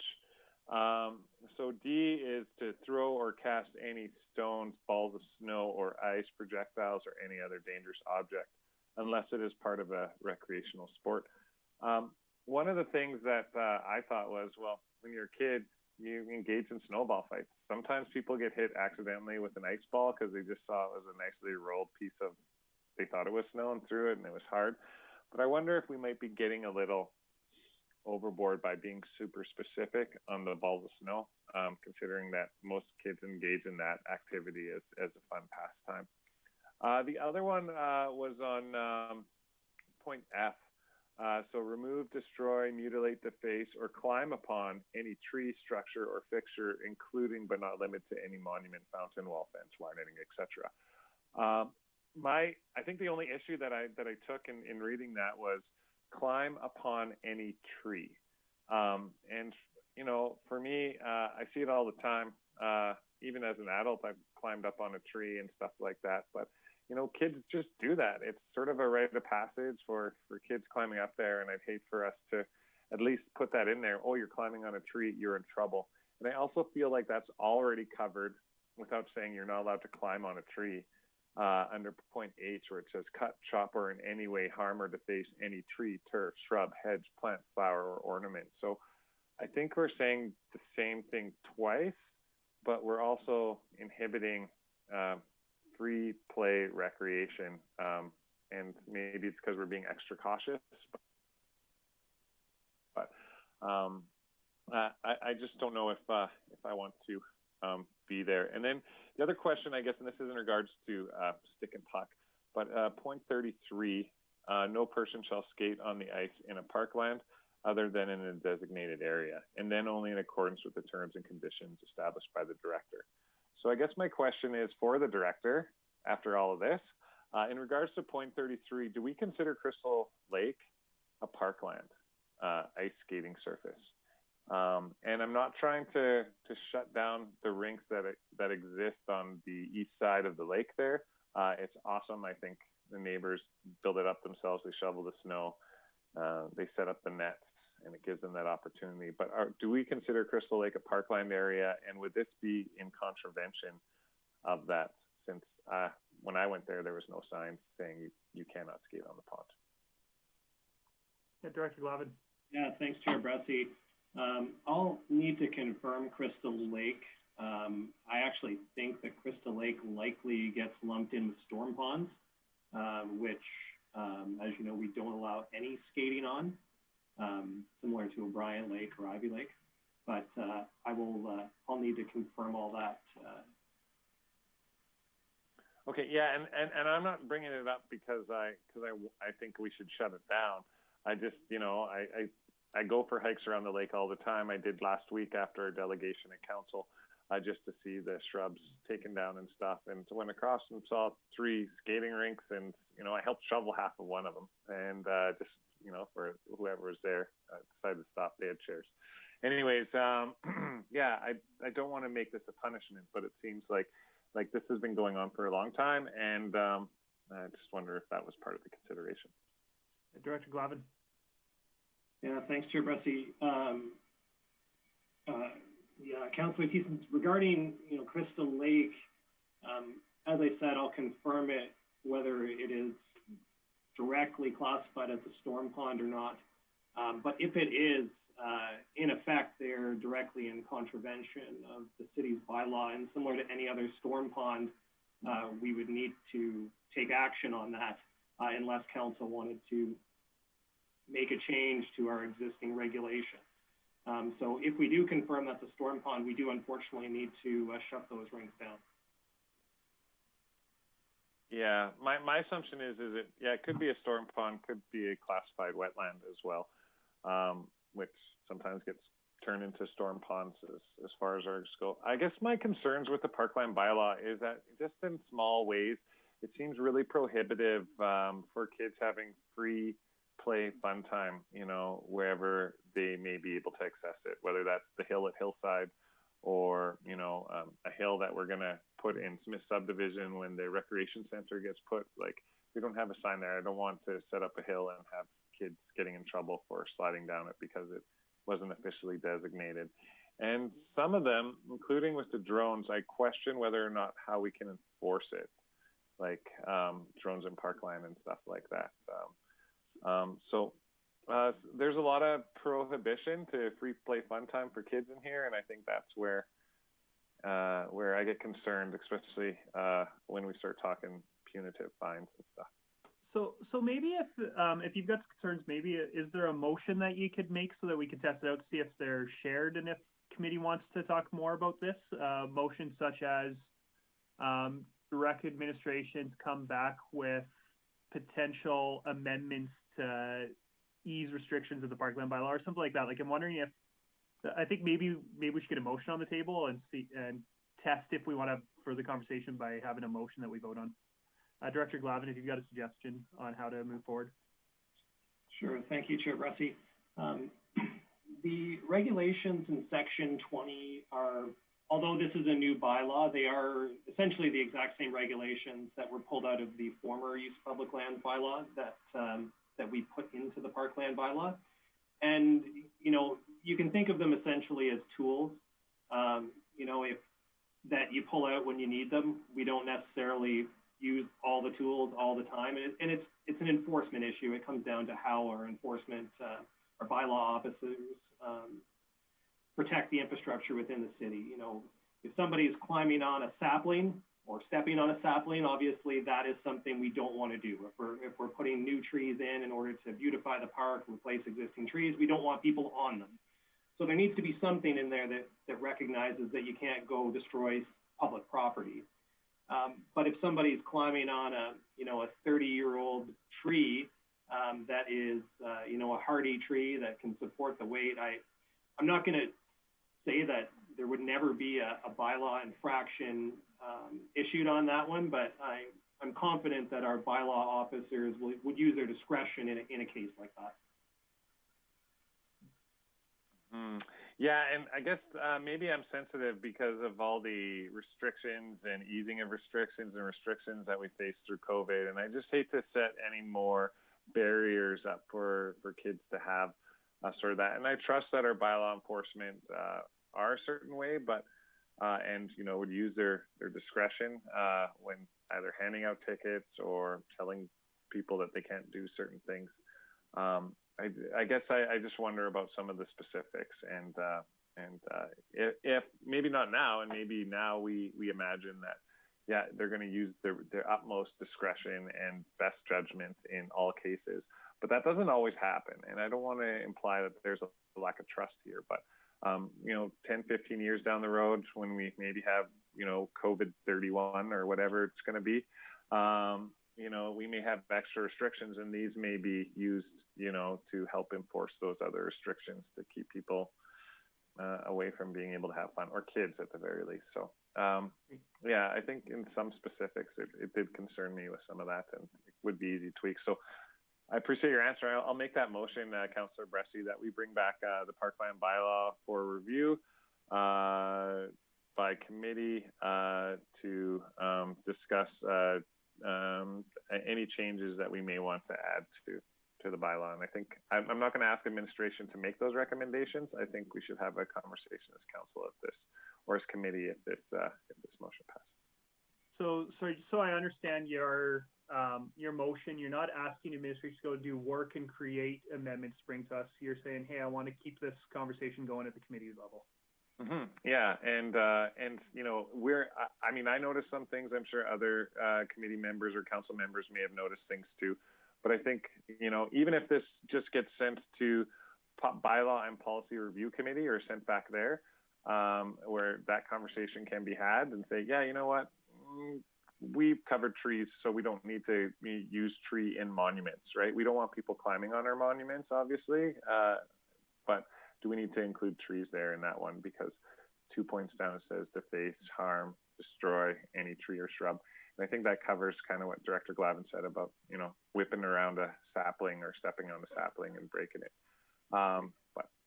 So we don't have bylaw and policy review committee anymore, so it would be coming back to this committee for more conversation. So we do have a motion on the table to bring this conversation back to committee. Before I open up to council, Director Glavin, do you have clear understanding of what this motion would entail? I don't at this time. It would be useful for us if we had specific sections of the bylaw that you wanted brought back to have us give you recommendations on how we could take into consideration your concerns with it. But right now, I'm not sure what I would bring back. Okay, I'll be abundantly clear, just in mind. And so to bring this back to committee for review for potential changes under general prohibitions, point 20, section D, section F, point 25 under disturbance, and point 33 in regard to skating on ice in a parkland. Okay, and I'll just check in with our recording secretary, Ms. Van Beekveld. Did you get those specific numbers? Thank you, Chair Bressie. I have point 20, section D and F, point 25 under disturbance, and point 33 regarding skating on ice in a parkland. Okay. Great. Yeah, and Director Glavin, are you looking for clarification before we discuss it? Yes, thanks, Chair Bressie. And I just want to confirm that the intent behind the motion is for the review to bring back recommendations on how we could make the bylaw more permissive of these actions, of allowing kids to, you know, have a snowball fight or something like that. That's specifically what you're looking for us to bring back options on. Yeah, like snowball fight. I think tree, it's just really clerical stuff. Climb upon any tree is the one that on point F that I thought was covered in point H. That I don't think we need to include that there. The specifics of climb any tree pretty much says as it stands that if we wanted to, we could say you're not allowed to climb on any tree, and we can give you a $150 fine for that. So just little clerical stuff. So it's simple add, delete. And we could do that here now. I could make individual motions and we can vote on it, or we could bring it back for a report. Well, we've got this motion on the table, so let me see if there's any discussion about this motion. Councillor Blackburn. Thank you, Councillor Bressie. Thank you for your concern for our kids, Councillor Thiessen, and for their opportunities to have free play. A couple of things. First, I'm no lawyer, I'm not any kind of a legal expert, but I would think that part of the reason that those prohibitions exist in the bylaw is that if somebody did get hit by an ice ball or did fall out of a tree, for instance, and injure themselves, the fact that we have a bylaw that prohibits that kind of activity probably would reduce our liability to the point where we would be at blame because we allowed such activities to take place in the first place. The other thing about it for me is that I trust that administration pulled together and consolidated a number of regulations that were already existing and put them in one place. And of course, that brings them to our attention again. However, they haven't been a problem for us in the past. I also trust bylaw enforcement's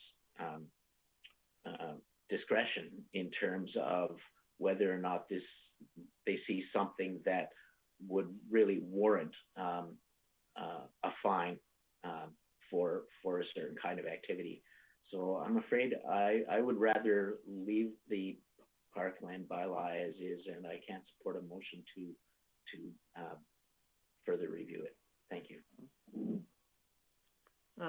Let me just see, Councilor Thiessen, I'll definitely get back to you to close, but let me see if anybody else wants to get in first. Yeah, I just had a question, Chair Bressie. Sure, it's a question, sure. Yeah, thank you. Just a question for administration in response to what Councillor Blackburn had mentioned. To your awareness, have we ever been sued for a kid falling out of a tree or getting hit with an ice ball? Thank you, Chair Bressie. Not that I'm aware, but I wouldn't consider myself aware of all of the lawsuits, so that was something I would want to confirm with Legislative Services. Great. I see Councillor Friesen. Thank you. I'm not eligible or able to vote, obviously, on this, but I am with Councillor Blackburn. I do think that it is a protective mechanism that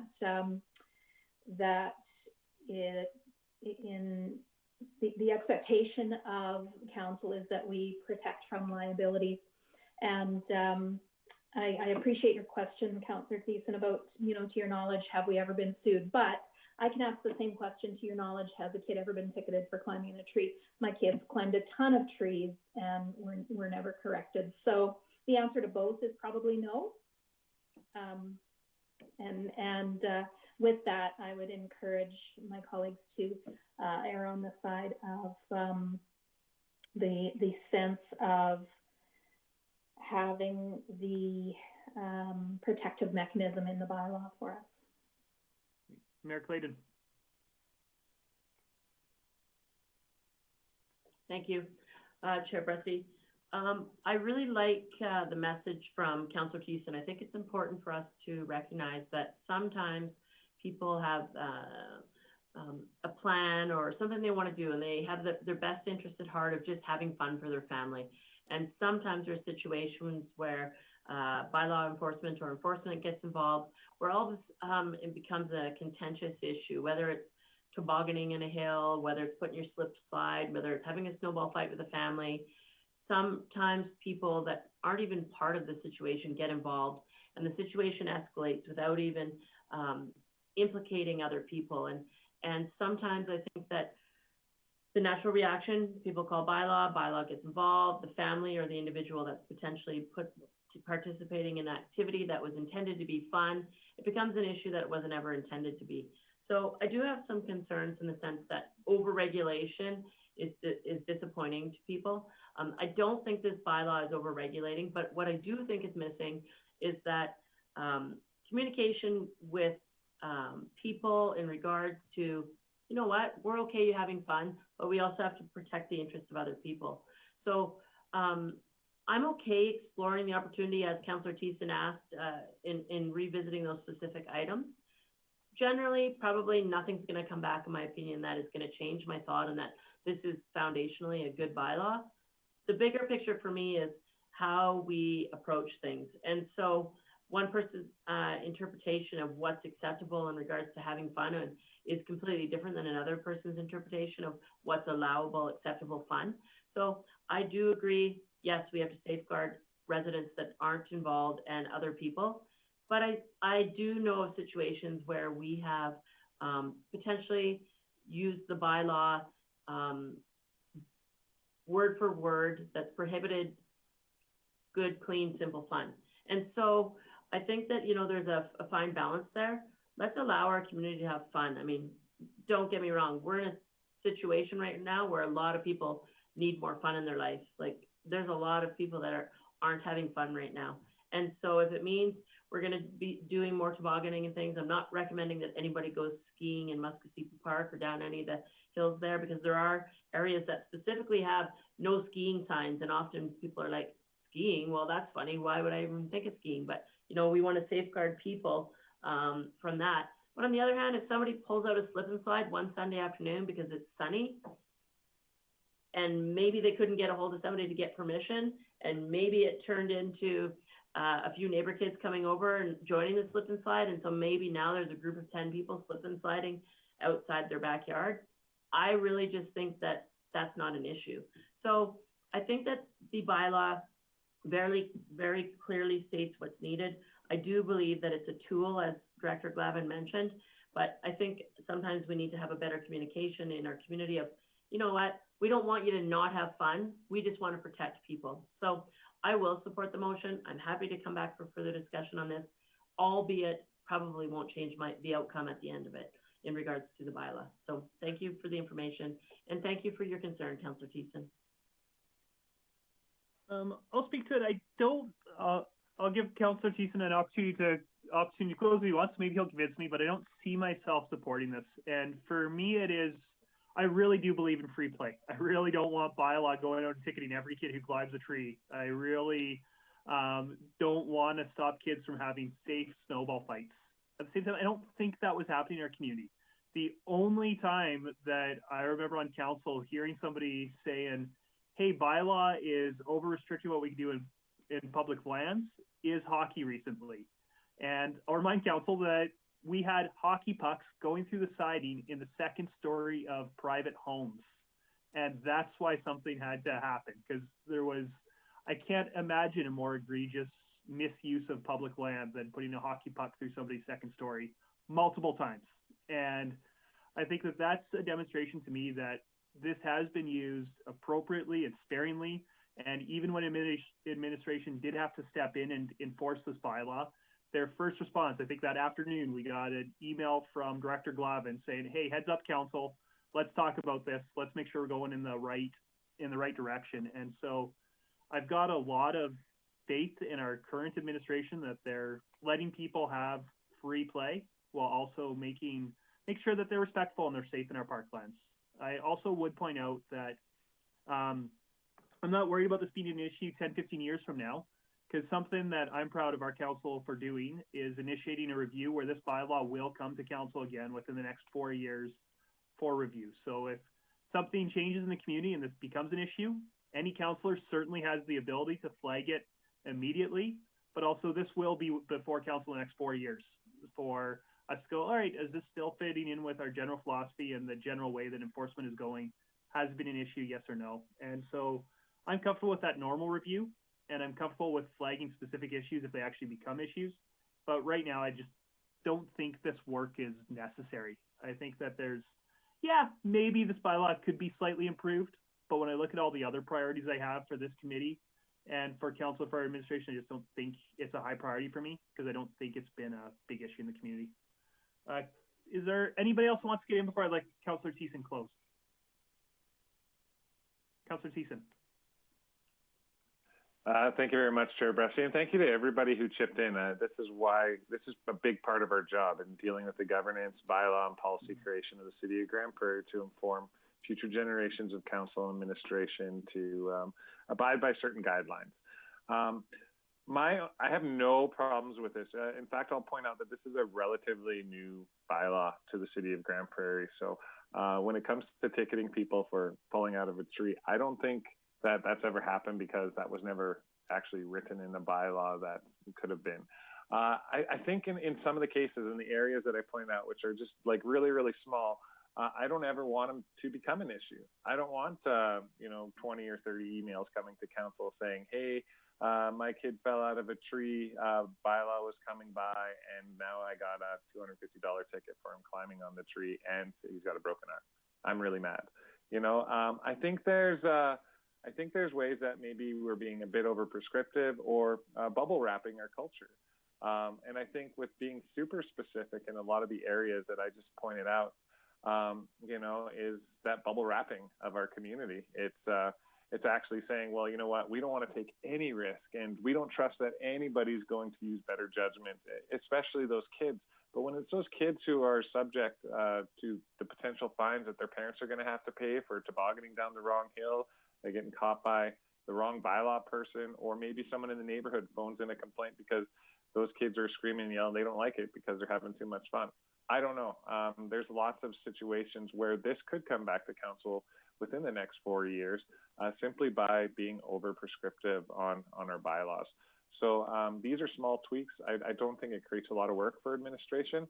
I think this is a conversation that I wish I had when we were approving this bylaw, and I saw this as a second opportunity to sort of write that and rewrite it. And they're not big changes. It's not going to fundamentally change this excellent bylaw. It's just going to relax some of the prescriptions that are in it, and not that are going to change or deface it at all, or make it more risky for people to endeavor into free play fun on parklands. I'm not asking, I didn't pull into question the gathering restrictions and all that stuff.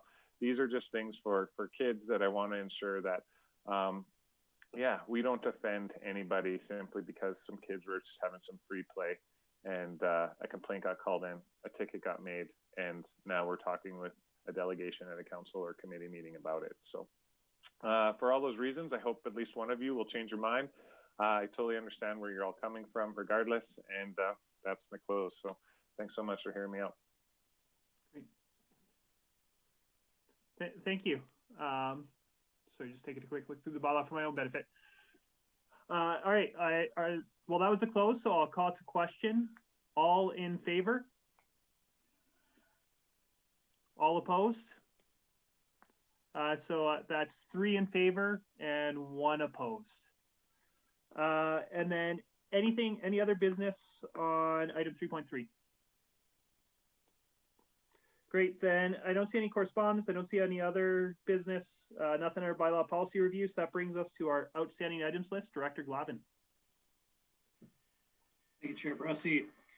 Starting at the top with the Build Grande Prairie letter. So subsequent to the presentation we received from Vaughn this morning, administration will bring back a report on that item.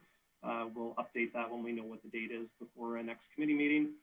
The Bike Skills Park, will provide an update on the timing on that report, and that'll be subject to the RFP close and what the vendor gives us for design, and then we'll bring something back for council's consideration after that. Today we heard the Creekside Condo Association report, so that's been completed. With item 1134, the new motion will take that one over, so that can come off and the new one can come on.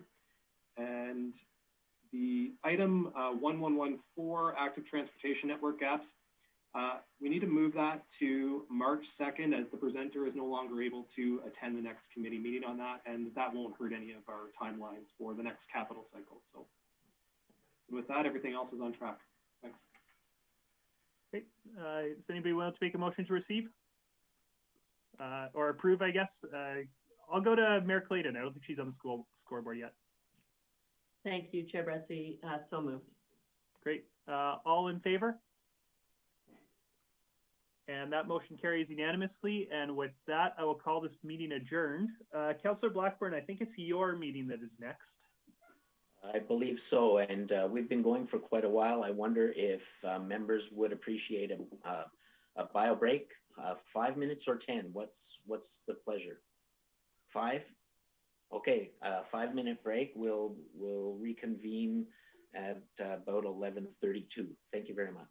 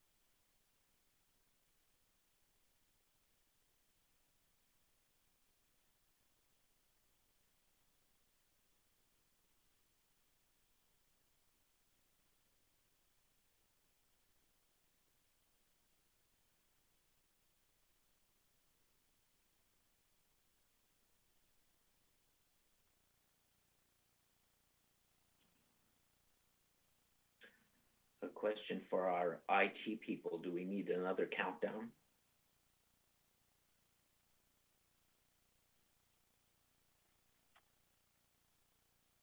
The feed's still live, but there is one switch to flick, so a countdown would be appreciated. Okay.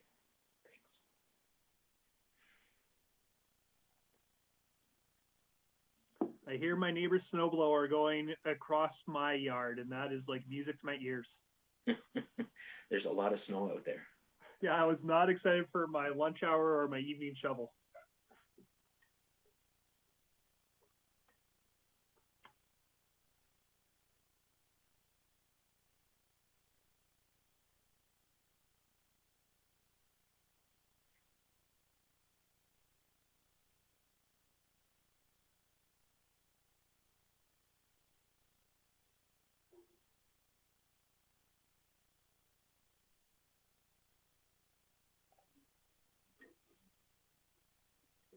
We're still waiting for 2 committee members, so we'll continue to wait.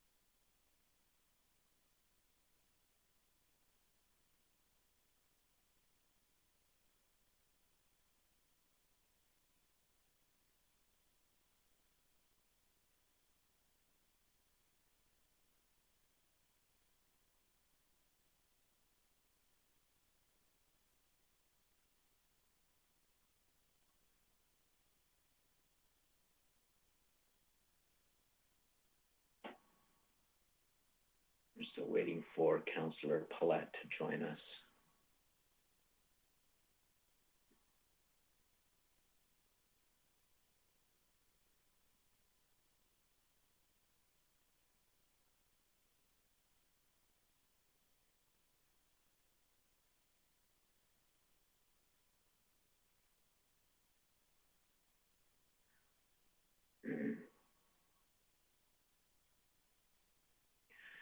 We do have quorum.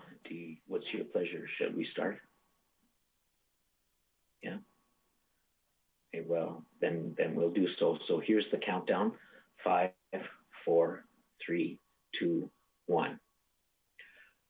Welcome to the Community Services Committee meeting for February 2nd, 2021. The members of our committee are Councillor Bressie, Councillor Palat, Mayor Clayton, and me as chairman. And so we'll call the meeting to order, and I see that our first order of business is a delegation from the Grande Prairie Youth Emergency Shelter. So Ms. Wald, thank you very much for joining us. And I think you probably know the routine. If you would give us a presentation that's limited to about 5 minutes, and then we will open it up for questions from council members. Absolutely. The floor is yours. Thank you. Good morning, everyone. I'm happy to be here, and I will keep brief. I know that your last one ran a little bit over, so just wanted to chat a little bit about Sunrise House and our program. So as you're aware, city provides our operations $110,000 in funding per year. That funding is largely goes towards our frontline youth support workers' wages and salaries. And when I look at this year, our staff really were our success story of the year. It was a challenging year. Probably our biggest challenges, so I'll speak to those first because our success comes out of those challenges, I believe. So really the closure of a lot of our programs that had to happen so that they could sort of regroup and change the way they were delivering. And also probably our biggest notice was the loss of our community policing. So of course that group was down to only a couple of officers who weren't able to do on site. So that was definitely caused just a struggle for us as we did see risk levels of our kids that we were go up. We saw sort of increase in drug and alcohol use, just an increase in some of those higher risk behaviors. But coming against that, our staff team really stepped up and got really creative on how we could change how we were doing things. We shifted a lot of our programming to really focusing on mental health and doing some of those extra wellness checks, both with our kids in shelter as well as families that we were working with. Early on, we found that just ensuring they had access to information became really important for them.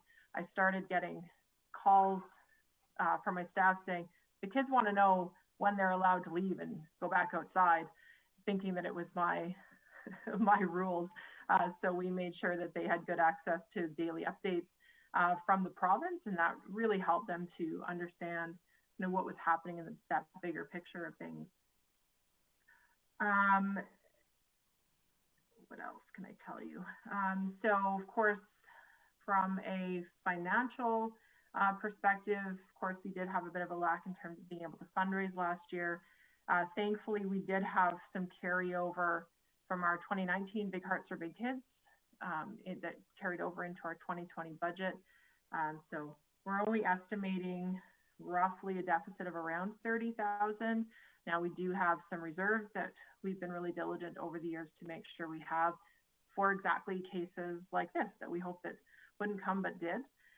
So we are finishing off the year, I think, stronger than we would have expected.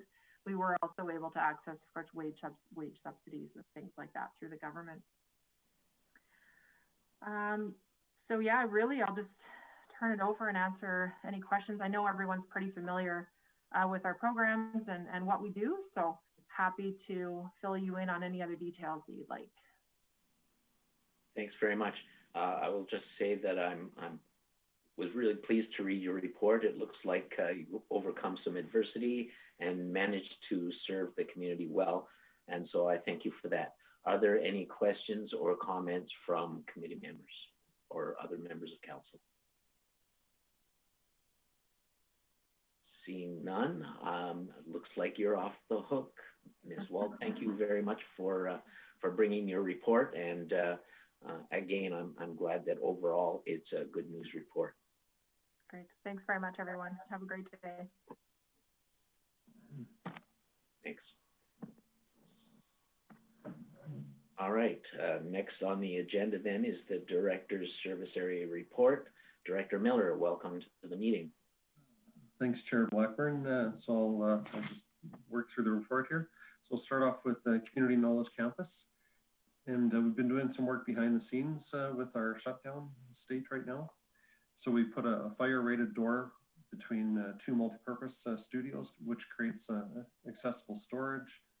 And it should allow for more flexibility in our fitness program offerings when we are able to do that, and also better fitness equipment storage. And then we're working with the corporate facilities management team on machining of the first batch of the locker conversion kits, as we're making some changes there, and the original hardware is no longer available from the original manufacturer.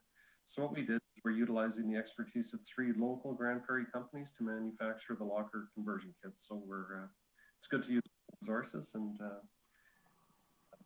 pride in the work, and it'll look good in our facility. Events and entertainment with Revolution Place, the RFP for the design for the lobby concession and the catering kitchen has now, so we're just waiting for responses on that. The HL is working closely with Alberta Health Services on a return to play proposal and the provincial exemption that they are seeking, and that would allow practices and then games in the future, hopefully. Montrose Cultural Center, the events specialists are collaborating with the art gallery to bring a professional ice carvers event to the Mamawi concourse at the end of February. So that'll be exciting for the community. And then switching to facilities, they're currently training some staff with the pool features deck controls automation program. And with our activity reception center, just a brief update there, the design reviews with the consultant. And our plan is we meet hopefully on a weekly basis with the contractor, and then internally we're meeting multiple times in a week, during the week, to make sure this project carries through on track. And then with our South Bear Creek Park Shop, they're just prepping the site for the building removal, and then just planning for a new structure to go in the spring. With Fleet, they ordered a new loader-mounted snowblower, and we're anticipating having it delivered already, but it's been delayed with COVID, but hopefully this week or next week it should be here. And with our heavy snowfall running, it'll certainly be timing. Timing is important for that. Switching to sports development, wellness, and culture, just some updates on the programming. So they've now filled 3 online children's programs for the community, and they're continuing to receive high demand for the programs. Currently, the programs that they're offering are mini bakers for ages 3 to 5, little bakers for ages 6 to 12, and little painters for ages 6 to 12. And then we have our staff also working on preparing to launch another set of online programs in response to the high demand. And then just an update with what we're doing is the City of Grande Prairie is partnering with New Horizon Co-op to put on 2 weekends of family festivities for the community. So these will take place February 6th and 7th, and then the 13th to the 15th. And we'll be hosting a variety of social distance activities within Muskosipi Park.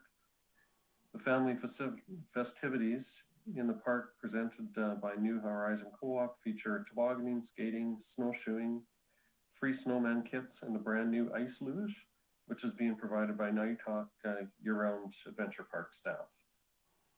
So it's very exciting. The media release went out yesterday, and as of this morning, just a few minutes ago, we had over 400 people sign up already.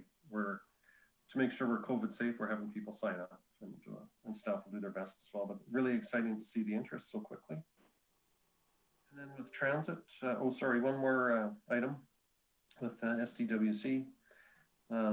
After I'm done my report, you have Ms. Casualay presenting on a community group funding reallocation request. So our intent in the future there is to simplify the process, and we'll bring forward requests to committee as well in the future, but it'll be in a simplified template. We're hoping it'll be a little bit more efficient, so it'll be a one-pager and have all the information that committee needs to make the decision, but more efficient for administration as well. And then with transit, we're notified there's a further delay in receiving our community shuttle buses, which is the cutaway buses. So now we won't be able to implement the community shuttle bus service until probably the end of Q1. And then we're also working on the RFP for the accessible scheduling software and that'll have the on-demand software as a component. And then the transit department's also doing some ongoing work on the routing or the bus rerouting, which we'll implement in the fall of 2021. And it'll take into consideration such things as a new hospital and other adjustments that are necessary from time to time. And that's my report, Chair, unless there's any questions for me. Thank you. Any questions for Director Miller? Seeing none, we'll move on. Thank you very much for that, Director Miller. And now we'll move on to the community group funding reallocation. Ms. Casualay, thank you.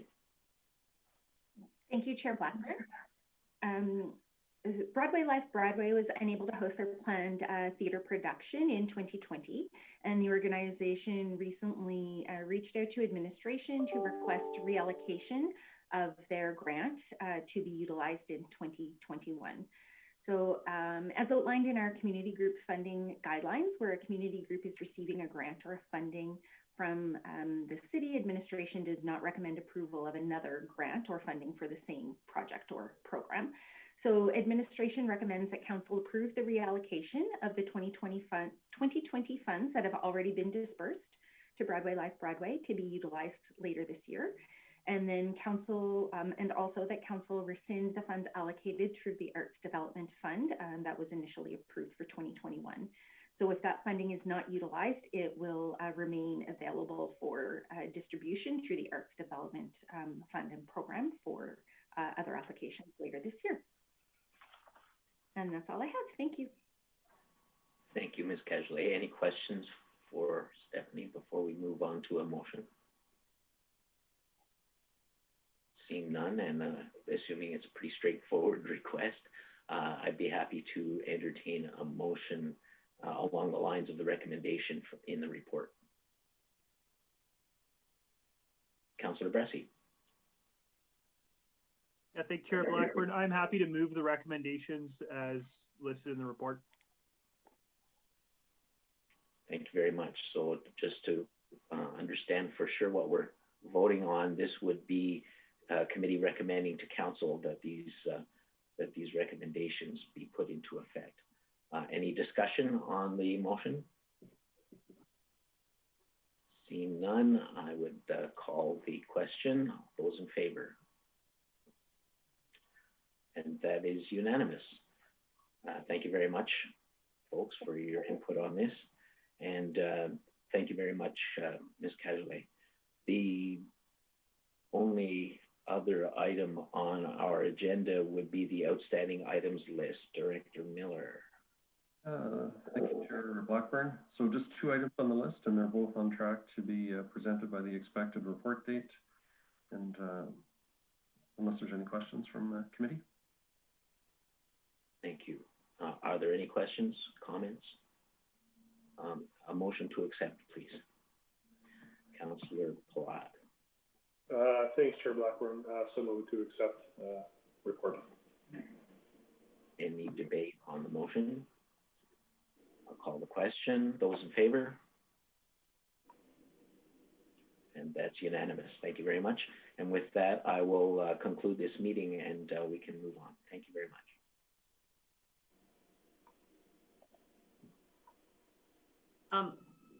Chair Blackburn, could we just have a 2-minute break? I just need to talk to Director Bork regarding the upcoming agenda.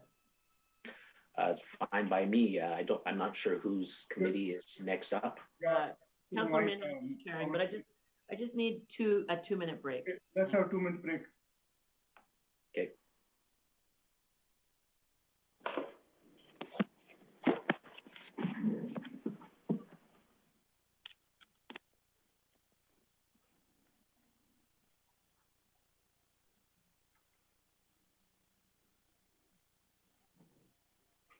Gad, are you next up?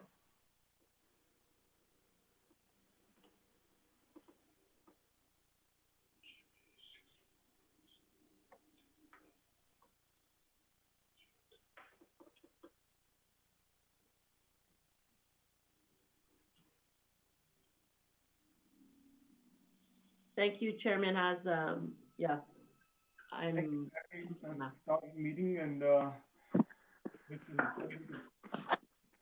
cooperative society, I always call it. But and we are in this meeting is Ewan Friesen and Mayor Jackie, and Kevin O'Toole is out today. Myself, so we are 3 available, and we start the call in order the meeting. No delegation today. And the number 3 report. I will ask Director Shane Brook to verbal update today, please. Thank you, Chairman Haas. From Assessment and Taxation, they've completed the assessment roll for 2021, and notices will be going out to property owners by beginning the end of this week. A note on our TIPS, our tax installment payment plan program. We have an increase of 387 accounts over the same period last year. We currently now have 10,348 property owners signed up for our monthly installment plan. That means about $5.1 million a month coming in from the monthly payment plan. From finance, as we had the report last week on borrowing for downtown, that currently is being advertised, and a second and third reading will come back to council here in a few weeks once we've met the Municipal Government Act requirements for advertising. Something of note from procurement, the majority of all infrastructure bids will be awarded by the beginning of March. We're pushing these out for this largest capital plan ever in the city's history to have those tenders out by the beginning of March so that it leaves time for construction throughout the year. Some notes from communications and marketing. You would have seen a notice that this Thursday, February 4th at 5 p.m., there's an online information session for those interested in the transportation off-site levy bylaw. They were pleased to work with Horizons Co-op to bring them on as a presenting sponsor for the Family Day activity or Family Weekend activities that are coming up February 6th, 7th, as well as 13th, 15th. And as mentioned this morning in Director Glavin's report, there will be a Phase 4 downtown rehabilitation online information session on February 23rd, which information is just going out right now that they are contributing to. And with that, that's my update here today. Thank you very much for Shane. And any question for Shane's Borough report? Junice, you go ahead. Thank you, Chairman Huff. Mr. Bork, I'm just curious about the increase in sign up for tax installment payments. How does that compare to the usual up down of that service? Thank you, Chair Minhas. We are definitely on an increase. We are headed that way. We have about 25,000 individuals on the tax roll, so we're at just over 10,000. We're encouraged. This is a really predictable way that eases payment for property owners. There would become a point where there would be a cash management issue, and it's not that it would be a bad thing for the city, but it would mean a different way that we manage cash. Right now, we have this predictable money coming in, but the way we do some of our capital projects, we do need some cash influxes earlier in the year and couldn't wait till the end. But nothing that we couldn't manage. It would just be a change. Oh, okay. Part of why I was asking that was, is there any reasonable correlation to impacts of COVID that are making any change to this, or what's your assessment of that? I'll say that it's still such a small increase that I couldn't draw any correlation from the info I have right now. Thanks. Yeah, a few hundred out of 25,000 is a pretty small percentage. So thank you for that. Thank you. Any other questions? And I don't see anybody in the screen. Then we move on to 3.2, Continuously Improvement 2020 report from Kirsten. Oh, there you go. Thank you, Chairman Haas. So the City of Grande Prairie commenced its formalized continuous improvement journey in 2018 with the goal of engaging staff at all levels of the organization in efforts to optimize streamline resources to demand, streamline our key processes, standardize work, and engage our customers in applicable process reviews. Since that time, we have trained over 57% of our staff in lean methodology. We've transitioned to a formalized approach for advancing business process evaluations and optimization with the establishment of the Corporate Efficiency and Strategic Initiatives team. And this team focuses on training and education, facilitating cross-functional, cross-departmental process reviews, change management, networking and outreach, where we're connecting with multiple municipal partners and organizations to collaborate on opportunities for improvement, sharing learnings and acquiring knowledge from others' experiences, and are also responsible for the leadership of multiple strategic initiatives, some of which include the implementation of the Enterprise Resource Planning software, otherwise known as our ERP, which was approved by Council as part of the 2021 budget presentations. This system will provide opportunities for risk mitigation, optimization of operational efficiencies, and access to reliable and complete data for evidence-based decision-making. Another corporate strategy that we have is the implementation of 311, which will form part of our broader Access GP customer service strategy, along with the implementation of the customer relation management system, both of which were shared with and supported by Council last year. Those implementations will improve our internal capacity to manage service requests, as well as enhance self-serve options for our citizens. You'll also see the continuation of the Canola to Key project, which is an analysis of our land development process. To date, we've seen the completion and improvements implemented in 5 of the 10 areas that have been identified by industry, as well as the space allocation and remote work analysis, which you'll see recommendations coming back to Council in the coming months on that particular piece. So the Corporate Efficiency and Strategic Initiatives team have also committed to providing Council with an annual update of the improvements made and the degree of impact as it relates to both the financial and organizational capacity. It is noteworthy that the key to successful continuous improvement journey for any organization is as well as the ongoing sustainability of that, is the support of Council and senior leadership. The City of Grande Prairie has been leading the way in this regard, and the results demonstrate significant progress to date. The organization over the course of 2020 reported a total of 720 improvements, most of which were what we would call JDIs, or just do it. So those small incremental improvements and changes that where the action required is known, the improvement is easy to implement and within the control of the employee. Of those 720 submissions, the corporate efficiency team validated the impacts for approximately 10%, with a focus on submissions with a more substantial or broader scope of impact. The total impacts that were validated indicate a cost savings of $1.18 million and a cost avoidance of $685,000, as well as an optimization of 18,964 hours of staff time. You'll find in the report that was presented examples of some of the improvements that were made over the course of 2020. So continuous improvement provides a wide range of benefits beyond traditional cost savings and free capacity.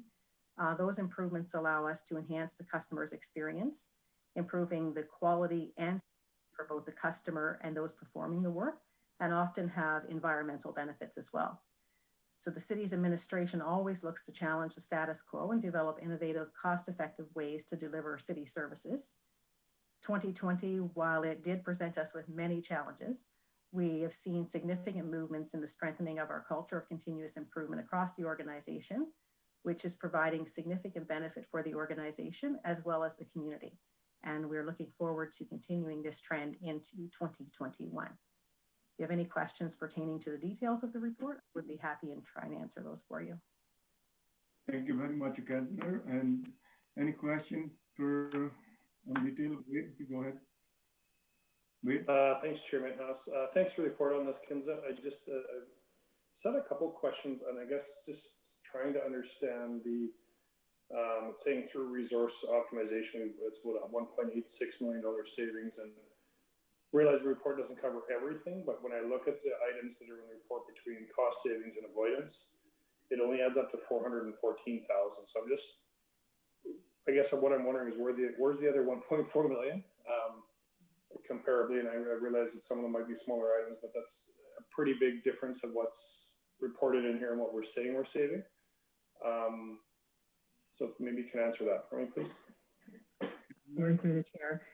Yes, what we tried to do was provide some examples so you could see examples of how that was reflected within the organization, looking at some of them being lower impact, some being more significant impact, so you could see what that looked like across the full spectrum, but acknowledging that the total improvements that were validated were approximately 80. And what you have represented in the report is a very small fraction of that.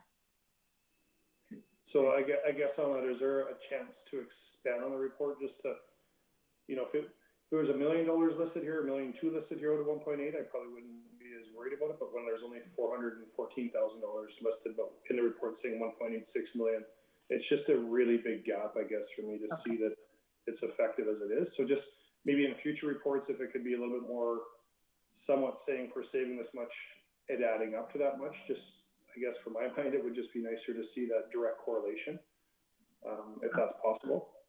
Through the chair, I can provide a little bit extra context if it's helpful. So I would say the cost savings that are reflected there, about 34% of that was related to restructuring. About 10% was related to in-house services versus contracting out.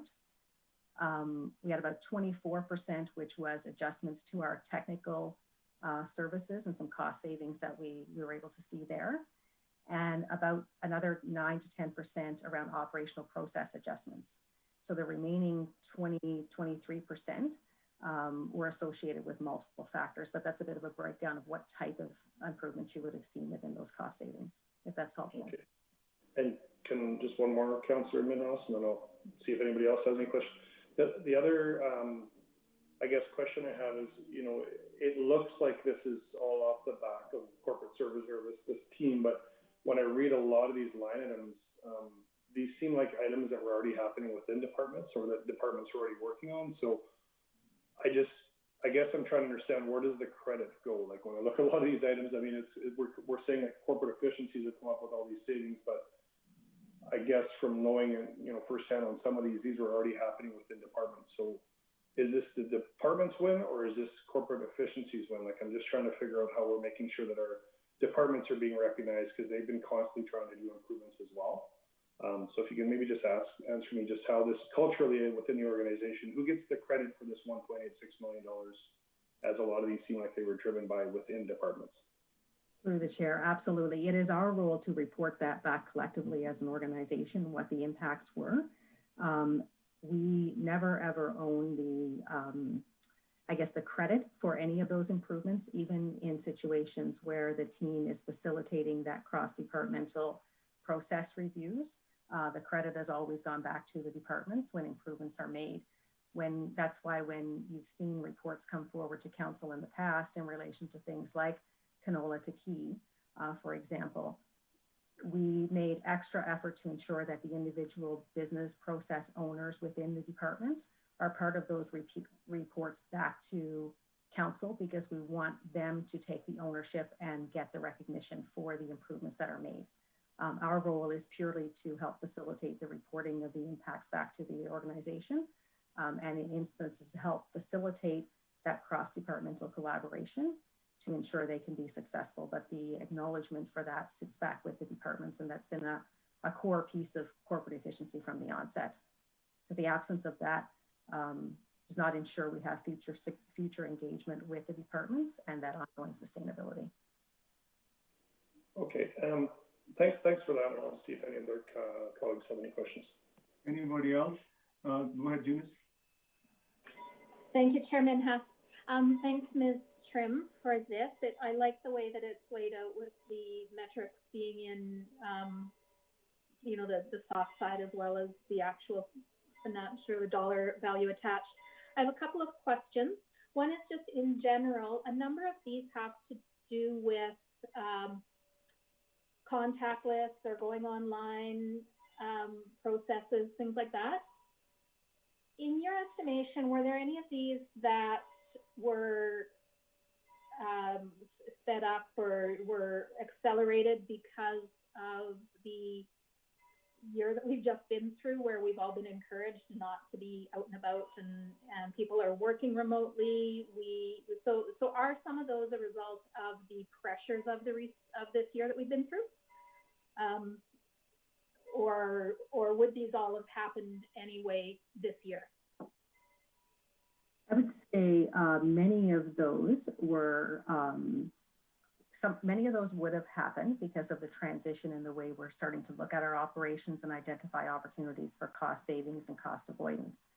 However, there are some that were likely expedited and pushed forward as a result of some of the challenges we face in relation to COVID.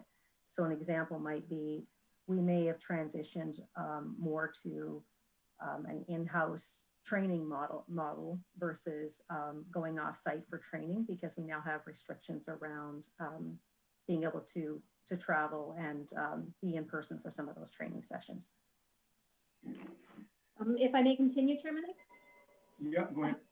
how much of that, the training in particular, how much of that will remain even as we are able to get back in person?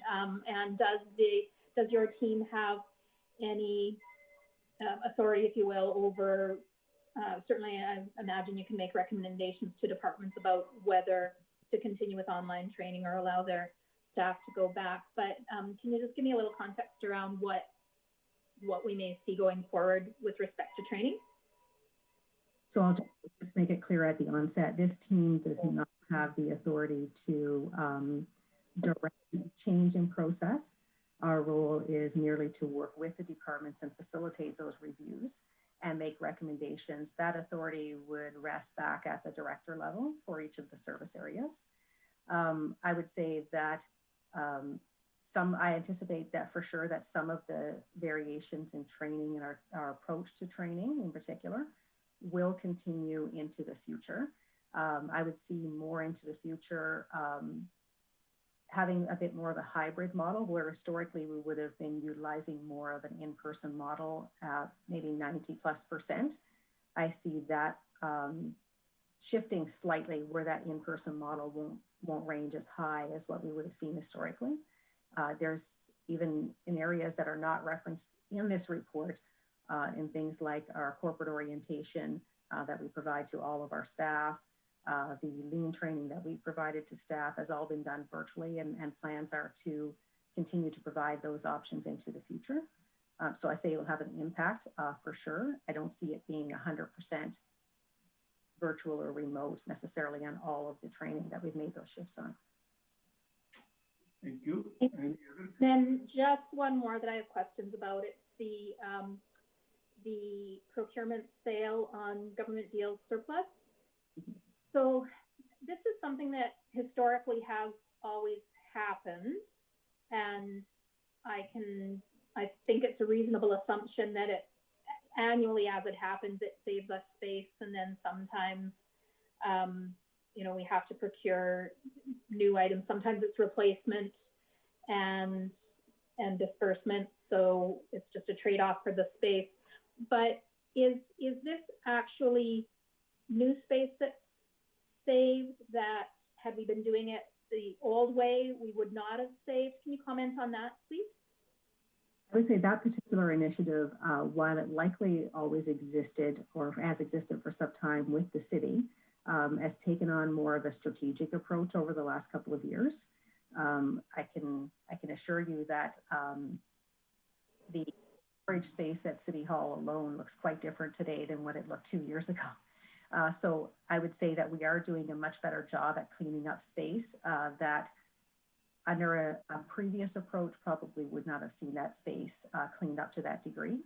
I would add that while it's not referenced in this report, nor does it form part of the total cost savings or revenue generation, that free capacity in 2020 also generated $250,000 in revenue for the city with the disposal of those items.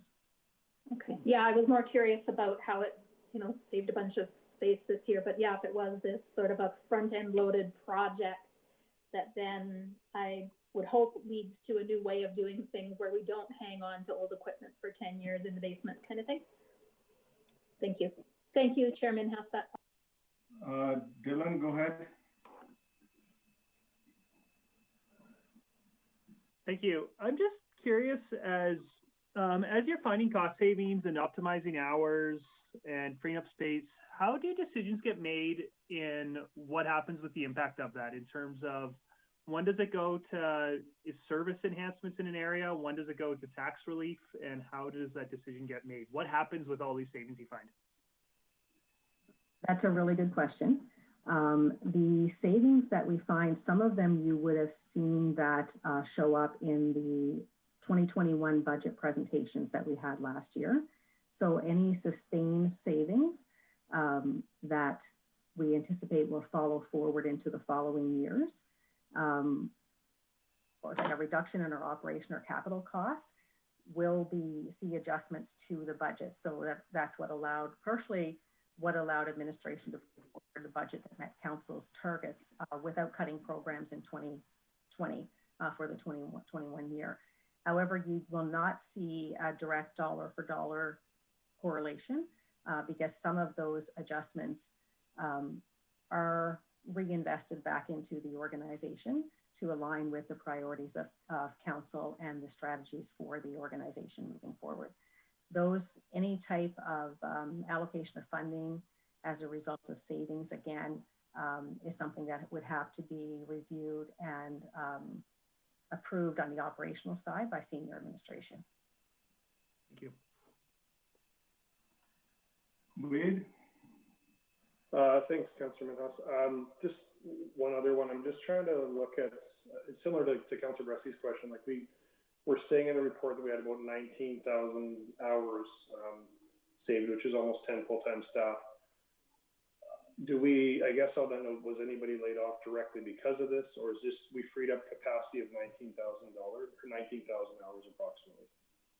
So I would say that we don't look to lay off staff as a result of improvements. The strategy has really been to reallocate those resources to more value-added functions that are within the areas of expertise of those staff. So you would have seen numerous shifts, I would say, in the organization and how we utilize the staff.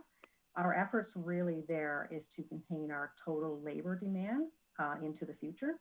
So if you were to look at an analysis of our labor demand since 2010, we were pretty much on a steady increase and started to flatline around 2018. And our efforts here are really looking at ensuring that, or helping support that trend, I guess, into the future beyond 2020 and into 2021. Okay, so just a comment for me, I guess, on the future report, if we could maybe show how these 19,000 hours that have been saved have been redeployed in our organization that did save us from hiring other staff or made our organization more efficient in other ways. I think that would be helpful for me. Because without that, it looks like, you know, it's 19,000 hours, but we haven't really achieved a cost savings. I appreciate that we've received capacity that we can grow the organization with. I guess for me, would like to know where the 19,000 hours went. That's a lot of hours. And you know, we're looking at where this started in 18, so we're over 2 years of this now full time. So I think that sort of data would be really good to see the causes and effects of this part of our organization for the community, just to show them the wins that we're having and how we're reallocating that time to stop future expenses we would have had in light of not having these hours saved. Through the chair, one piece I will add there is our rating factor for I guess where we sit in relation to that is really counting the number of hours worked within the organization, acknowledging that we have staff that are full-time, part-time, casual, temporary. So looking at our total staffing complement is not I guess, a reliable way to be able to look at how successful we are. So we pull stats on how many hours have been worked within the organization over the course of a year. But that information can be included in the future. Did you know? Go ahead and Yeah, thank you. Just honing in on these hours optimized a bit. When you say hours optimized, does that mean that hour is actually saved and is no longer being worked, or is an hour optimized? Would that also count if they're just getting more work done in that hour they're doing anyways? That will be a more of a getting more work done scenario. So the other piece that we'll see there is there are departments within the organization, and you would have heard this through our ERP discussions that we had late last year, where we have staff that don't necessarily qualify maybe for overtime, but in order to ensure the effective operations of the organization are putting in extra time to ensure that the organization gets the service that it needs to be successful, or the services that it needs to be successful. So in instances like that, it would be where staff are no longer having to commit those extra hours to be able to operationalize what needs to happen from a services perspective to be successful as an organization. Okay. And then if I may ask one more question about that, Councilman House? Go ahead. I really appreciate that you don't want to lay off people as they get more efficient. I can't think of much worse for our culture in terms of getting efficiency. But does efficiency factor in when we've got natural attrition? Somebody takes a job somewhere else, so they retire, and we're looking to replace them? 100%, Councillor Rusty, that is definitely the intent. Acknowledging that it probably would not be healthy for the corporate culture to lay off individuals as a result of an improvement they're able to make in their work environment. However, organization, attrition provides us that opportunity, and prior to automatic recruitment of any positions that are vacated in the organization, a review is completed by the corporate leadership team, and as part of that review, the submitter who's requesting the position be filled has to provide information relating to how have they looked to increase the efficiency related to that function, and those type of questions. So that analysis is done at the corporate leadership level, and there are instances where we do not proceed with recruitments, or the functions are altered as a result of efficiencies that have been found. Great, thank you. All right, I think I would say thank you very much, Wade and Dylan and Eunice. You guys asked the question. That's my question was part of it, but I still gonna ask something. In my head I was just doing the central math, because 19,000 hours we save. I was thinking $100 per hour costing, but I can understand this is efficiency for the part of our cut down, and plus new technology and making system efficient.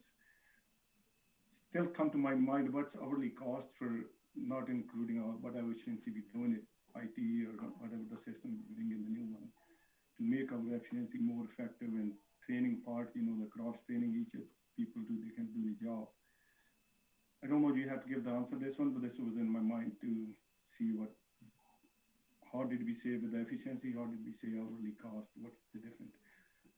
Like Wade earlier said, it's 400,000. I didn't figure that way out. I was just trying to figure out different way. Thanks. Yes, Chairman Aza, it's one of the pieces that we do look at when we look at the services and any assessments around a service review is the cost of providing that service, for sure. So many of the strategies that we are putting in place and moving forward with, an example would be the Access GP customer service strategy, is really looking at how do we refine that service to best serve the community, as well as contain or reduce our cost internally, for sure. On that, if there's no question, I'm looking for motion, Eunice or Jackie. All right, Eunice, go ahead. Thanks. Yeah, I'll move to accept for the report for information. Thank you, Ms. Kim. Thank you. Motion on table. Any question on the motion? If it's not, all in favor? Motion carried unanimously. And next one is 3.3, and which is our Equator appointment, and usually as a mayor, I think now we got new mayor, put it on the spot, and I think Arlene, can you fill in this, please, see how this works? Thank you, Chairman Haas. Good morning. Yes, effective December 31st, 2020, as we all know, Mayor Bill Given did resign from his elected position as mayor with the city, and it's resulted in the city's requirement to appoint a replacement individual as the city's representative on Aquaterra Utilities. As a shareholder, the city is required by a resolution of council to appoint an individual to replace, to fill the vacancy.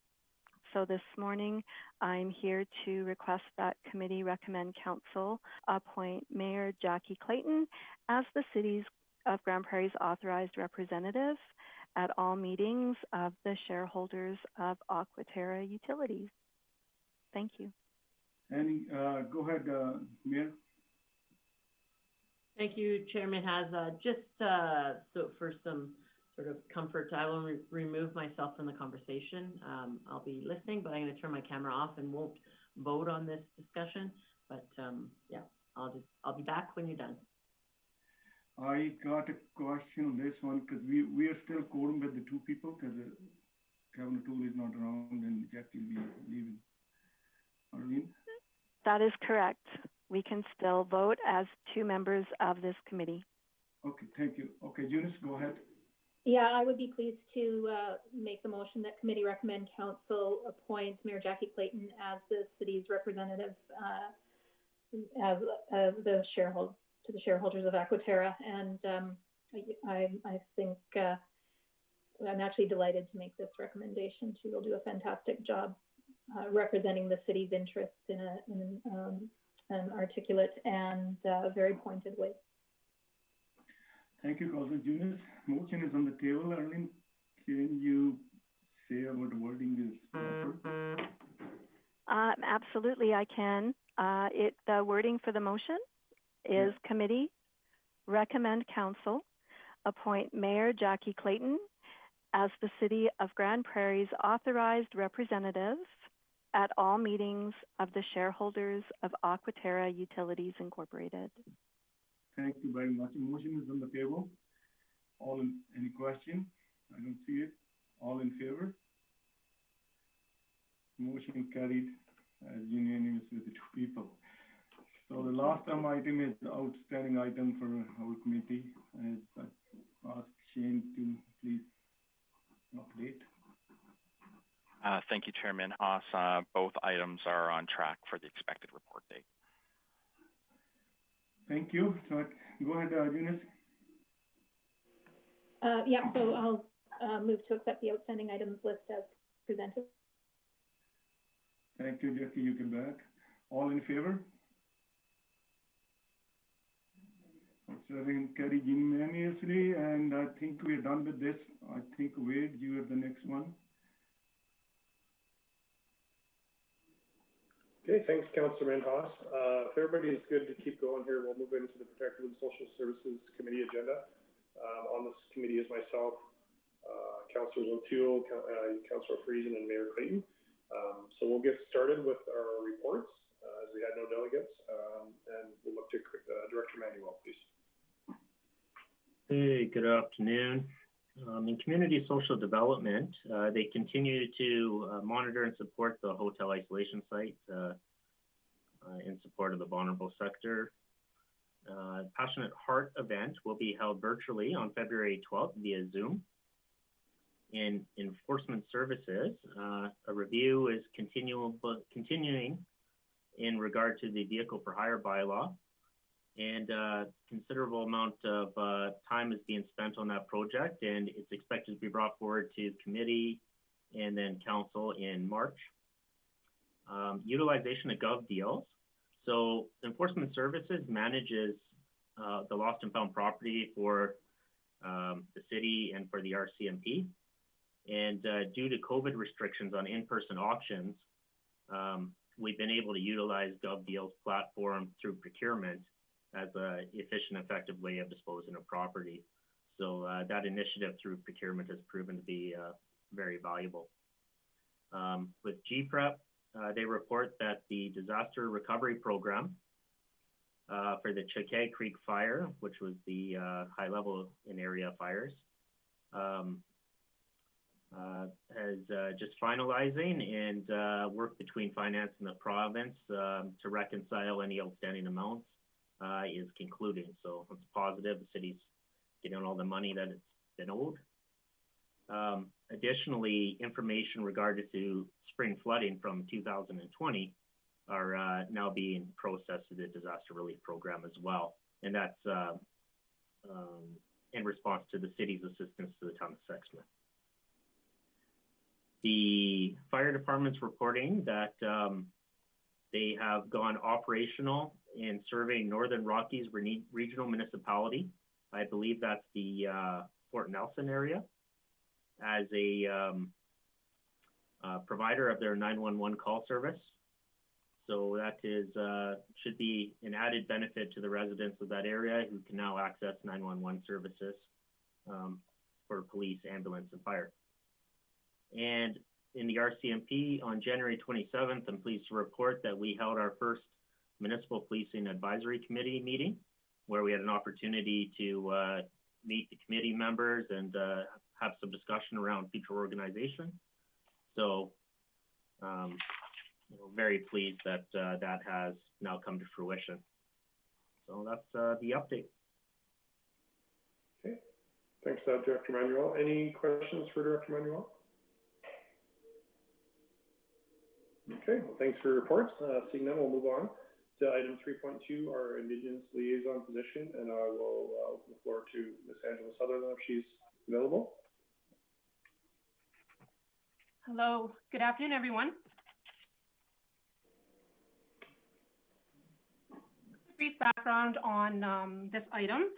Back in September 2020, Len Auger, who is a member of our Community Advisory Board on Homelessness, had come as a delegation to council and requested that the city look at developing a Indigenous position that would enhance relationships and build on effective partnerships with the Indigenous community.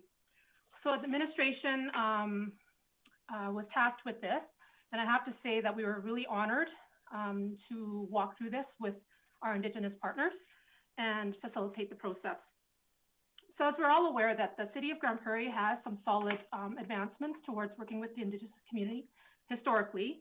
Some of them highlighted are our long-standing partnership with the Grande Prairie Aboriginal Circle of Service Providers, our administrative procedure for sacred smudging, as well as our land acknowledgement policy. We've also partnered on things like Orange Shirt Day to bring awareness around reconciliation efforts with the Indigenous community. So one of the tactics that administration had done was consult our Indigenous community and partners.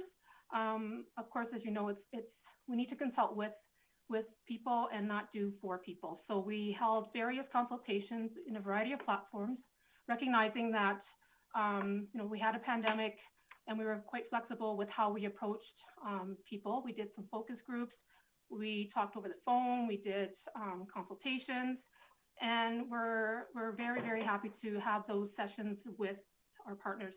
I listed in the report some of the people that we had talked to, as well as in addition, we had consulted with various municipalities and our local Grande Prairie Regional College to see what things were being done, their approaches to working with the Indigenous community, and gather some learnings and a scan of what is happening. So as you can see from the report, some of the key identifiers through the consultations with our partners was really about providing leadership, expertise, cultural training, awareness, advice. And I want to preface that the most important thing that I know that I heard in talking to our partners is it's very, very important that we develop relationships. Working with the Indigenous community, and I believe Len is also in this meeting, relationships are key to working with our Indigenous community. So I was very, very, we were very open to hearing that and took note of the importance of that. So although overall in terms of our scan, there was a variance in some approaches from different municipalities and the college, but really at the preface it's very, very important. Everyone recognizes that there's a lot of work to be done in terms of advancing Indigenous relationships and in reconciliation, and that there is a desire to work together. Administration through the conversations, especially with the Grande Prairie Regional College, it was very interesting in our preliminary discussions as we are in similar spots in terms of knowing that we need to advance reconciliation, knowing that there is a lot of work that needs to be done, and would like to pursue some opportunities there because we are part of the same community, we work with similar partners, and there could be an opportunity there to really advance our work collectively and build on each other's work. So in terms of council strategic plan, it does speak to a lot around our community and governance strategic priorities, around honoring our Indigenous communities, as well as providing leadership that develops and works with other governing authorities, like other municipalities, First Nations, and school boards. So in terms of impacts, I really think that, as discussed, it is really important to acknowledge that the city is committed, and we have always been committed to working towards reconciliation. It's now really gaining a more intentional approach. And how do we expand that? How do we really leverage the wisdom in our community and really advance and pursue and honor the truth and reconciliation calls to action? So as discussed, we talked to several stakeholders. I'd like to continue to talk to them to further refine the scope of position, and administration really sees opportunities for further discussions with our key partners like the Grande Prairie Regional College, taking some learnings from the other municipal colleagues that we have to really ensure that we're taking the right step forward. So in conclusion, really, the administration sees the importance of having Indigenous relations. And one of the points that I'd like to make is I know if you notice in the report, there's a bit of a variance between a liaison position and an advisor position. And so some of the discussion was had around what does the organization want to see in terms of the endorsement for this type of position. So in talking to our local partners, advisors seem to fit more with making sure that there's a corporate commitment versus a liaison. They felt that there was more strength behind that type of position, which is why we altered between liaison and advisor. So to conclude, I think administration recommends that we bring this Indigenous advisor position forward to 2020 budget, as well in the meantime, really endorse administration to continue moving forward and exploring potential opportunities with the college, as well as we will continue to look at other granting opportunities, but we feel that that as a city, this endorsement would really provide a commitment to our Indigenous community that the city is willing to walk alongside them in terms of advancing our truth and reconciliation. So I've attached the scope of work for the position as tasked by council, and if there's any questions, I'm open to them. Thank you. Thank you for that, Ms. Sullivan. So I will open the floor. Is there any questions regarding this? Nobody's got any questions. All right, well, okay. We'll go Councillor Thiessen and then Councillor Bressie, please. Thank you, Chair Platt.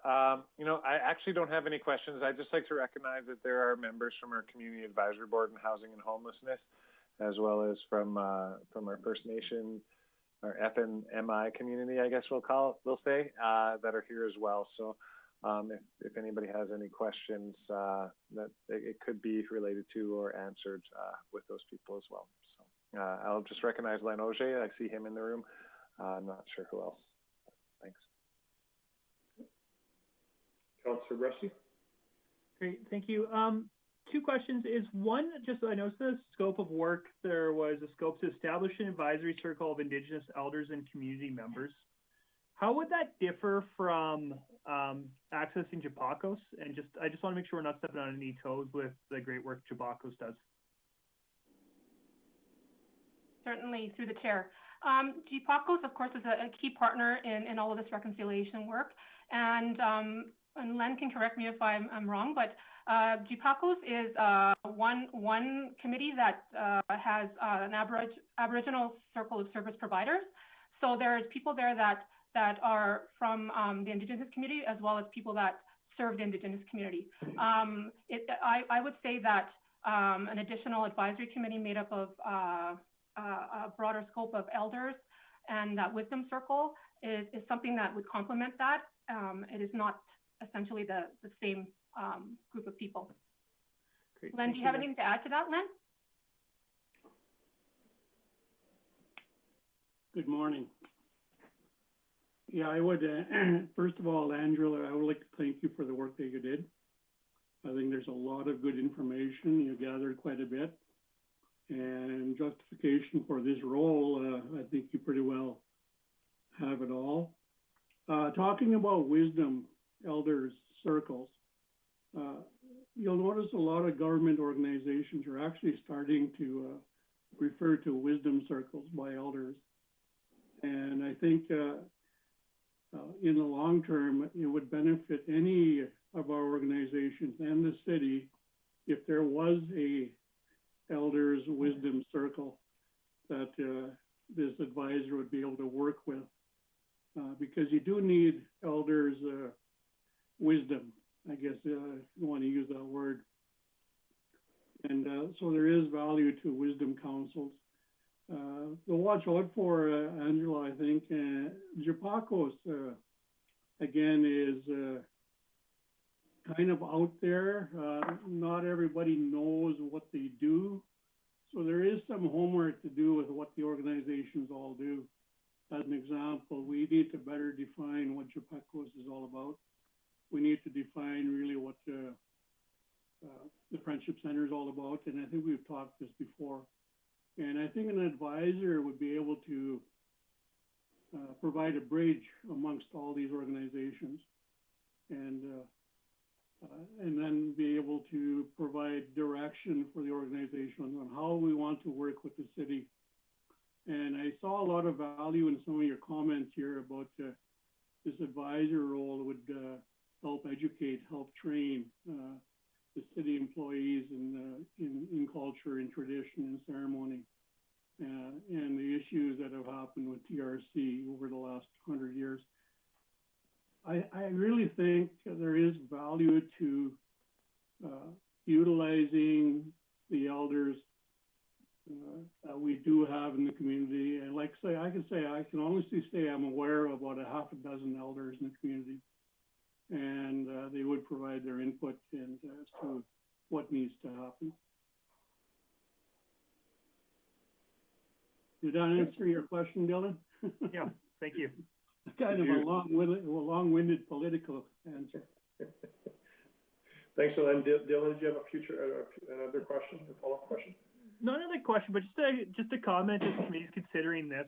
I definitely support it going to 2022 budget deliberations. I think this should be a position in the city, but I'm also concerned if that's when the only funding consideration that gets given.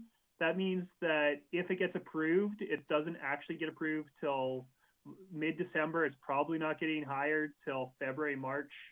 5 or 6 months into the next council's term means that council has already set its priorities, it's already set its culture, it's already broadly set the direction it's going. And I worry that that's too late to let this position have the impact it should have over the next 4 years. So I hope the committee and council will consider finding some funding. Maybe we do a term position for 6 months and discuss making it permanent in January, something like that. But for me, I really think that we should be figuring out how to get this. I support this position personally, and if council as a whole supports this position, then I hope that we're talking about how to make it happen sooner than in 2022. Okay, fair comments. Director Manuel, did you want to speak to that? And we'll go to you, Councillor Thiessen, after. Yeah, I do want to just emphasize that administration is keenly aware of the desire to have a position and to have this role staffed.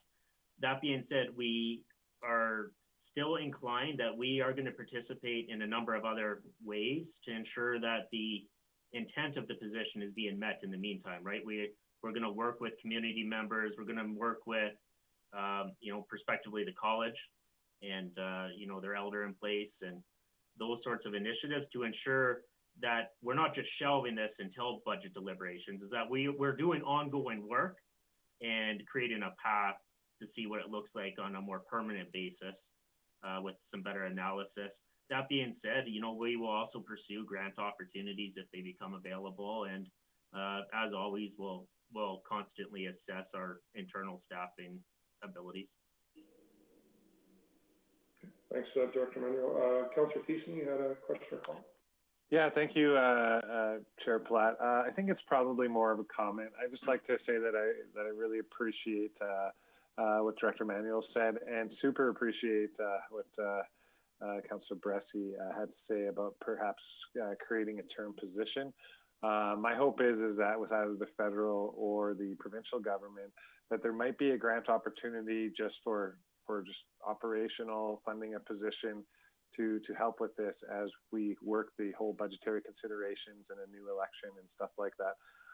Leaving it to the next council. I'm not saying that I don't have faith in our community, because I think we set the direction. I think it's shared by many in this community, but it does put a position such as that at risk for discussion, debate, and then being pushed off, and all this work went into it. So I really appreciate Councillor Bressie's suggestion of a term.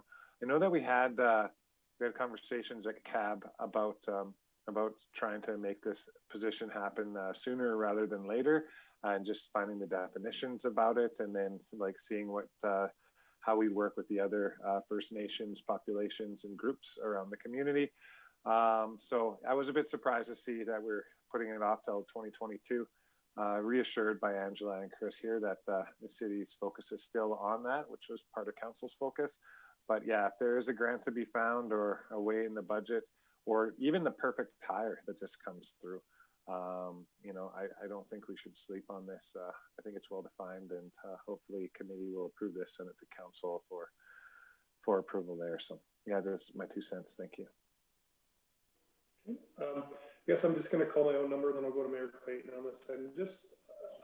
I'm struggling with this a lot. I think there's great value to it, but I'm really struggling with, and maybe Angela or Len, you can tell me, who does this person inevitably work for and answer to? Is it the city of Grande Prairie? I'm struggling with that. Are they our employee, or how will they be managed? I guess I'm just curious to hear your thoughts on that. Certainly, through the chair. I mean, in our discussions with our in our consultations with our Indigenous partners and community members, it depends on the, I mean, their desire would be, of course, this position, depending on the corporate endorsement, could possibly work within the city manager's office. Others felt that would be, and Len could step in and provide his input on that, but there were some discussions around where does it report. If it's reporting in terms of more senior and more corporate endorsed activities, it should report in the realm of within the city manager's office, or with directors at CLT. You know, others, if it's a liaison position, could work more of a front line. But I mean, there's, in looking in different municipalities, it depends all on the where the corporate commitment is to that. Some work within areas of, you know, neighborhoods. Some work within, right directly with the city manager. So I hope that answers your question, Councillor Palat. It depends on, and that's some of the refinement we will have to do on what the corporation would like to do. No, it does somewhat help, but I guess for me, I'm going to push back on a little bit on Councillor Bressie and Thiessen, because I don't know what this position entails yet. So I don't know if I want to see funding go into it. I don't know who, if we're employing a person as truly a liaison, are they working on the city's best interest, or what's best for the common good, which may not line up to the city? And I don't know where that friction point eventually will come if they're truly our employees. So I'm having a struggle with that, really. If this is an employee of the city of Grande Prairie, how do we ensure that they actually are truly being a liaison? And if they are truly a liaison and they're doing all the things for that group properly, are they really doing the best things for the city of Grande Prairie? So there's a chicken and egg here that I'm really struggling with, and I don't know how we would manage that. And if somebody can explain that to me, maybe I can get my head around it. But I see Councillor Thiessen's got his smart glasses on, so I'll go to him and see if he can answer that question. Yeah, sorry, I had to put the smart glasses on. I have been a part of these discussions, not just at the Community Advisory Board on Housing and Homelessness, but also with Peace Library Systems, when we have our Indigenous liaison going out to reservation lands and helping with library facilities. I think a big piece of this is really education and awareness, not just for the public, but also for our administration, our council. And that's not to belittle or belie any of the steps that we've made towards reconciliation, such as, you know, smudging in city facilities, and having conversations with the JPACOS group and teachers to put up wayfinding signs and historical stuff. We've also touched in just most recently with the Bike Skills Park, one of the areas we picked out. There was some Indigenous plants there that we couldn't, well, we could have taken out if we chose to. We were just advised not to because of their sacred value to our Indigenous people. So I think as far as my interpretation of this position, I feel like it would be answerable to the city, and it would be working similar to the Peace Library System Indigenous Liaison Officer, where they go and they have the conversations and they find out what those needs are, and they bring it back to the library, in this case to the city of Grande Prairie, to help better inform our decisions. So, you know, we are being inclusive, and the steps that we're taking as advised by our liaison, which is going between the different groups and still answering to us, to make the best decisions in regards to how we can, you know, adopt a bit more of a reconciliatory approach, to have true reconciliation, true education and awareness of what happens to our Indigenous population.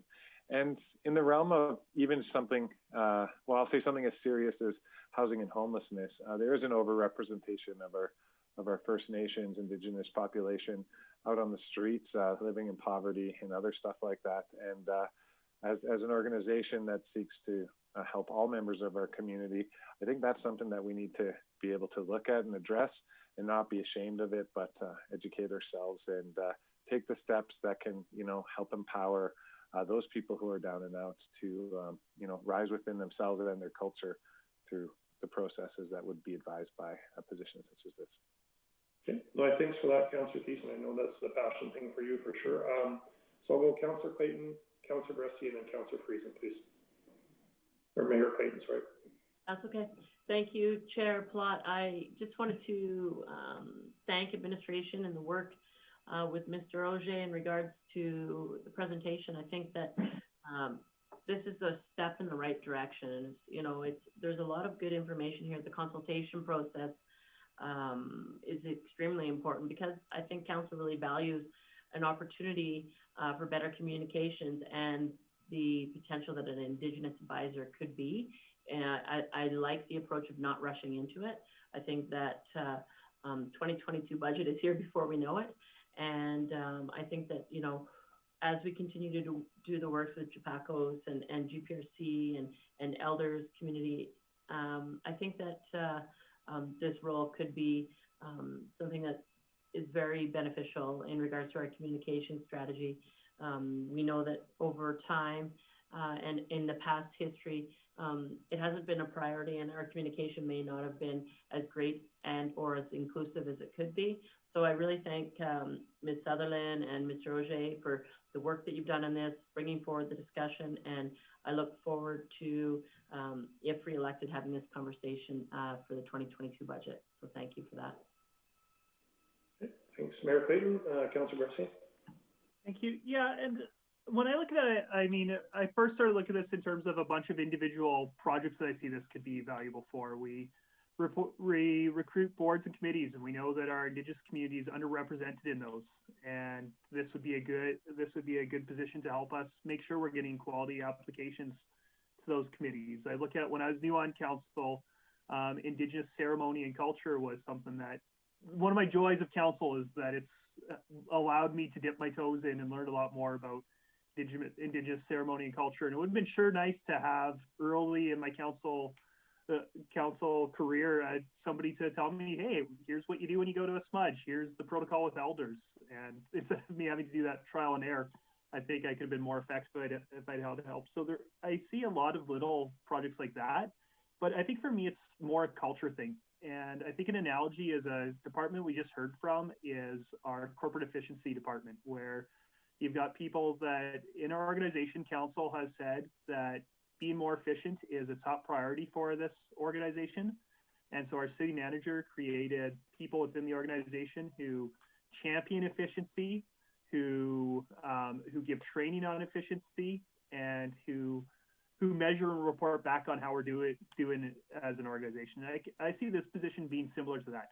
Somebody who challenges, who champions the need to have Indigenous relationships and have a perspective of an important part of our population and a substantial part of our population in what we do, who challenges, who champions our calls to action, who gives training to both council and staff when that's needed and appropriate, and who also just helps us figure out how are we doing with this. And so I think that it makes sense if this is a priority for council, as I think it should be. I think it makes sense to create a resource for it, not just to say it's a priority for us, but actually make it into our corporate structure. And like I said, we've done that with corporate efficiency, and I think this is a good place to be doing that as well. Okay, thanks for that, Councillor Bresty. Councillor Friesen. Thank you. I would simply like to say, kind of in response to some of the language that I hear here, I know that it is easy to dismiss reconciliation as a bleeding heart passion project. And I want to remind everyone that it is not simply that. It really is working towards the removal or the improvements in ongoing systemic disadvantages Indigenous people face. And I'm glad that Councillor Thiessen, you mentioned the overrepresentation of Indigenous people in poverty situations, in homelessness, and who face other challenges. And I want to open up discussion as we go forward about how this is actually a step toward what becomes an economic piece for the city. When we lift one, we lift all. And if we look at these kinds of initiatives as, Bleeding Heart Liberal, passion projects, we miss the opportunity to make Grande Prairie a more, truly a better place to live for everyone. And when we do that, we make Grande Prairie a more attractive city for businesses to come, for residents to move to. And I would just encourage my colleagues to look at it in that broader perspective. Fair comments on that, Ms. Sutherland? Did you want to reply to that? Thank you, Councillor Pawat. I just wanted to add in terms of the comment that you had made around asking about what to ensure that what's in it for the city. In terms of, I just want to remind council that that reconciliation is something that is it's not a project. It's a way of doing business, and we need to look at it differently. It's not checking off boxes. I appreciate that Councillor Thiessen's comments around the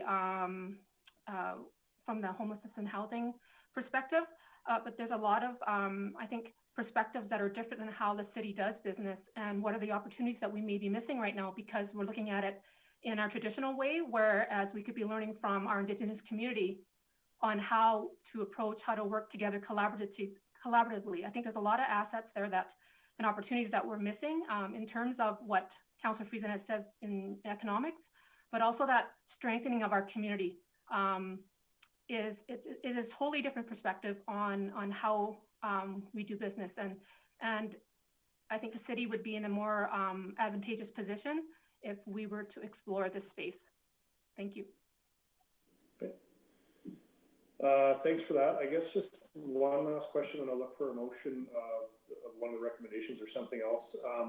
Do we have an idea of what this is going to cost the city? And I know, I'm throwing that out because at the end of the day, this is one of the many asks we have within our community, and I think it's upon us to make sure that this is good value to our community. I'm not saying it certainly isn't, but I would like to know what we're looking at as a cost for this position, not just wages, but I'm assuming there's going to be training, there's going to be external meetings, there's going to be external costs to having this position. So do we have a sense of scale, Angela or somebody within administration, of when this comes to 22 budget, what's the dollar amount of this position moving forward if the city were to choose this moving forward? Okay, certainly through the chair. Those are some of the things that we'll need to fine tune depending on the endorsement from council and committee. As this would be a new position, it would have to go through that typical job evaluation process. So that would be one of the steps we'd have to take and talk about really what the portfolio is from there. So in terms of budget, as mentioned in the report as well, as we're continuing to explore other opportunities to collaborate on the funding, Director Manuel had spoken to potential sources for grant funding. I'm heavily involved with trying to cement some conversations with the college around potential collaborations. So I think to give you a definitive answer on budget, I cannot provide it at this time, but definitely would have to go through our usual process of job evaluation to determine the cost. And once we determine that, we'd have to talk about what is the corporate, in terms of training, we'd have to really look at what is the, what are people willing to endorse, which would factor into the cost. So we cannot provide one at this point, but that's something we certainly need to flesh out. Thanks. And just on that, I guess for those that want to see this advance, my fear with this is if it goes to the 22 budget and we don't know anything, and then we have a conversation at the budget, that it's going to create more conversation and it might not get approved at that point. So I'm just wondering, is there going to be a check-in point pre-budget to make sure that this is something that's still there? Because, you know, if I'm looking at the recommendations today, if we make the recommendations, we bring it to the 2022 budget deliberations, and that information still isn't there, and there's questions to be asked, you know, from being 2 or 3 budgets now. Typically, if we have a bunch of questions on something, we don't fund it. And so I'm wondering what administration's plan is outside of just saying, let's put it on budget if we don't have a game plan, something before that. So I guess what I'm wondering is that maybe the motion should be more, where's the report coming back in September, not at budget, and if that makes more sense. You know, I don't know if you maybe want to speak to that, and then I'd open the floor to a motion from either Councillor Friesen or Mayor Clayton.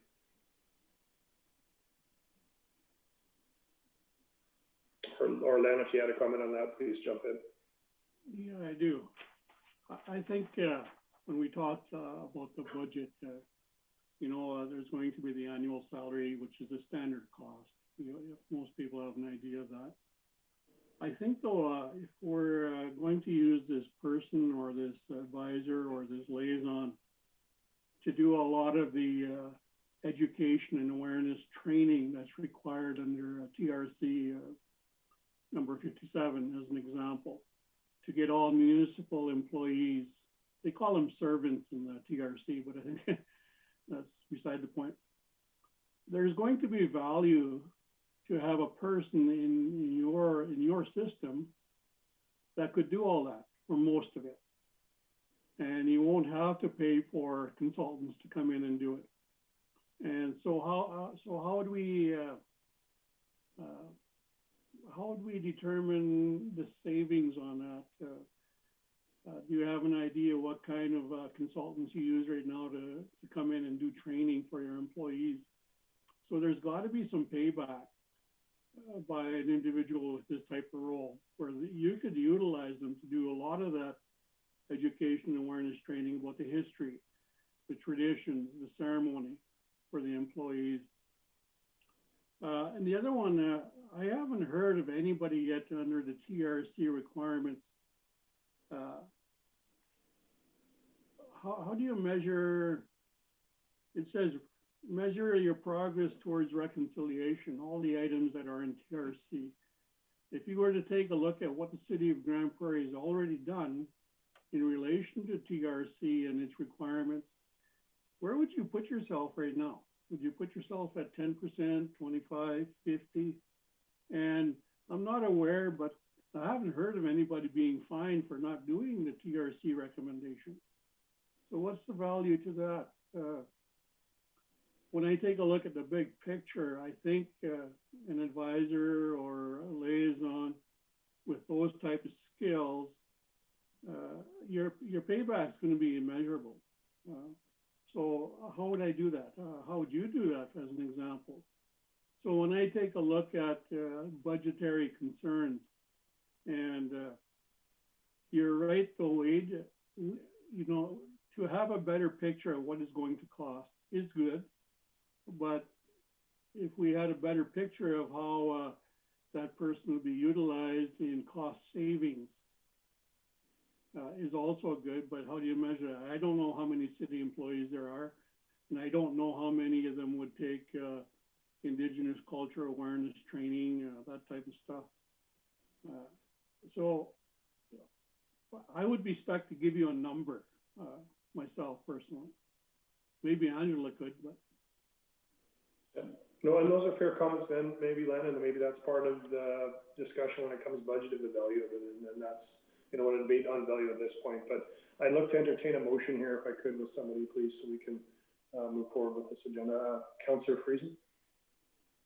Thank you. Just a comment. Thank you, Mr. Ojay, for those comments. The value of, you know, if we do look at those calls to action, we really have not moved the needle much as a city on that. And we need to either decide that this is something that is important to our community or that it isn't. And if it is, we're going to invest in it. And that investment, then we decide how to do that. Is it more economical to employ this individual to, help us get to that end, and or do we want consultants? And I'm quite happy to make the motion that the committee direct administration to further refine the scope of work, continue to pursue potential community partnerships, and to develop, internal educational opportunities. And do you want both motions at the same time, or do you want them separated? No, I think go ahead if you want. Because the fact is that committee recommends council bring forward the Indigenous advisor position to the 2022 budget for deliberation. Okay. And to speak to it, I do hope that if there are any opportunities, as Director Manuel commented early on, that for grants and that sort of thing, that if we are able to move on this as a position sooner than the 2022 budget deliberation, even if at that point it's a term position, I'm hopeful that we would do that. Okay, thanks for the motion. Any conversation around the motion? Okay, seeing none, we'll call that all in favor. All right, so we will see more information on that, and then we'll come to our 2022 budget. So that's great. Ms. Southern, do you have a comment? Through the chair, Councilor Palat, I really appreciate your comment about the potentially looking at a check-in beforehand. You had mentioned doing a checkpoint, and I think that's an important point to note prior to the 2022 budget. And so I don't know if we'll make a specific motion about that, but I guess if you've heard that and you feel comfortable with working with CLT and bringing back something beforehand, that would probably be great to satisfy us, I would think. So. Thank you. Yeah. Thank you. All right, and with that, we'll move on to our next item, the Grande Prairie Foundation, and I will look to Catherine Schmidt to please introduce this one.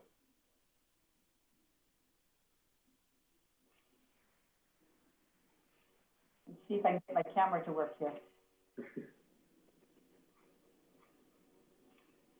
And I'm also not sure if anybody's here from Grande Prairie specifically, if they want to turn the camera on, if we had any questions, but for now, we'll just look for Ms. Schmidt, please.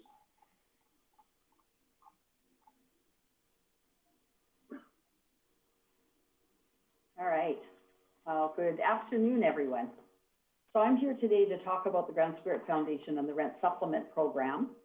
There is a recommendation that's being put forward that committee directs the mayor to write a letter to the applicable provincial minister outlining the city's concern about the proposed rent subsidy funding reduction and recommend that existing funding levels be maintained at the current rate. So there was a previous council committee direction, and committee was directed to have administration consult with the Grande Prairie Foundation on the impacts of the reduced provincial funding to that rent supplement program and report back to committee what mitigation strategies may exist. So the Grande Prairie Foundation has two provincially funded rent subsidy programs. The first one is the private landlord rent subsidy program, where Grande Prairie has some designated properties with landlords that they rent out to tenants. The second one is what they call the direct rent supplement assistance program, that's direct to the tenant. And in those cases, the subsidy is attached to the person, not a housing unit, and that person can move from property to property and essentially take that rent subsidy with them. So both of these different types of rent subsidy programs are considered social housing. They're at 30% of a person's income. And at that rate, there are actually people out there that can be paying as little as $250 a month themselves with the addition of that subsidy for their housing. The Grande Prairie Foundation is sitting at about 250 people right now. We suspect that that's going to increase if this rent supplement is going to be decreased. So the Alberta budget 2019 initiated a review of the Ministry of Seniors and Housing Rent Supplement programs. And in the meantime, Grande Prairie Foundation has been notified and directed that the rent subsidy funding from the province is being scaled back by 25% from $3 million to $2,250,000. And this, of course, is going to have impacts on individuals and families in our community. So in December of 2020, the final report from the Alberta Affordable Housing Review Panel have made a recommendation to the province that those rent subsidies continue. But to date, there's been no decision made, and Grand Spirit Foundation has already started doing those rent reductions. So currently what's happening is if someone moves out of one of those direct designated units with a property manager, Grand Spirit Foundation lets those units go. And if a person leaves that subsidy that's attached to the family or the person, that also is being decreased. So administration has had those discussions with Grand Spirit Foundation to learn what the impacts of this change would mean to our community. And Grand Spirit has emphasized that they do have plans in place where no current family that's in a subsidized unit is going to be asked to leave or lose that subsidy, but there will be a freeze on all new applicants that are applying, and the overall number of clients will reduce through attrition. So as those units are not replenished, there will be a decrease in the amount of subsidies. So this is anticipated to increase that subsidy freeze, and we're anticipating that 250 applicant list is going to increase. So rent subsidies have historically been funded through provincial and federal programs, and administration is not aware of any prior city council or City of Grande Prairie rent subsidy initiatives, nor are we finding that they're common across the province with other municipalities. So administration has identified two strategies to mitigate the loss of the rent subsidies in our city. The first one is council advocacy, and that's where we're putting forward the recommendation. As this program remains under review at the provincial level, there may be an opportunity to highlight what our local impacts are and encourage the province to reconsider those rents being taken back. The second is municipal funding. So in lieu of continued provincial support, funding could be replaced in whole or part by municipal funds. This would have tax implications and should be referred to budget 2022 deliberations if that's what committee and council is supporting. So having said that, when you start looking at the relationship to city council focus areas, this acts as a catalyst for the provision of affordable and supportive housing alternatives that meets the demands of the community. So it's definitely fitting with the council's focus areas. Budget and financial implications. Well, advocacy would have limited financial impacts to the city, but it definitely could have an impact at the provincial level. Providing replacement funding for the subsidy could cost up to $750,000 annually, depending on what the subsidy needs were. So in summary and conclusion, as the rent subsidy program is under review at the province at this time, administration believes advocacy should be explored as the first step. Pending the results of the advocacy approach and pending the results of the housing review and what the province decides to do with those rent subsidies, council could refer this matter to fall budget deliberations. And I will open it up to questions. All right, thank you for that, Ms. Smith. Any questions from committee? No questions. Okay, did somebody want to entertain a motion or? Councillor Friesen? I guess I will make that motion that committee direct the mayor to write a letter to the applicable provincial minister outlining the city's concern about the proposed rent subsidy funding reduction and recommend that existing funding levels be maintained. Thanks for I would that. love to add that at least maintained, but I will leave it as written in the recommendation or in the report. Thank you. Appreciate that, Councillor Friesen. It's tough for the mayor to make a motion to direct herself probably, and I'm not allowed to, so appreciate you making the motion on it. I think that's our best course of action at this point, and hopefully we'll get results with that. And if not, we'll have to circle back around to see potentially how else we can help Grand Spirit Foundation in the future with this. But as of for now, any conversation around the motion? Seeing none, those all in favor? And that carries unanimously. Thank you for that. Oh, Councillor Grassi, you had a... Yeah, just to follow up, the committee might consider. I suspect we're not the only municipalities looking at this. It might, well, maybe they've already done this work, but it might be worth asking administration to reach out to some of our municipal friends and see if anybody's working on an AUMA resolution for this. And if not, it might be worth us trying to take the spearhead on an AUMA resolution. Hopefully this is resolved before then, but I doubt it will be. So this should be an AUMA conversation, I think. Oh, a fair point. Is there anybody good administration to speak to that, or see if we need to formalize anything with that, or if that's something that they're fine with kind of taking a marching around? Director Manuel?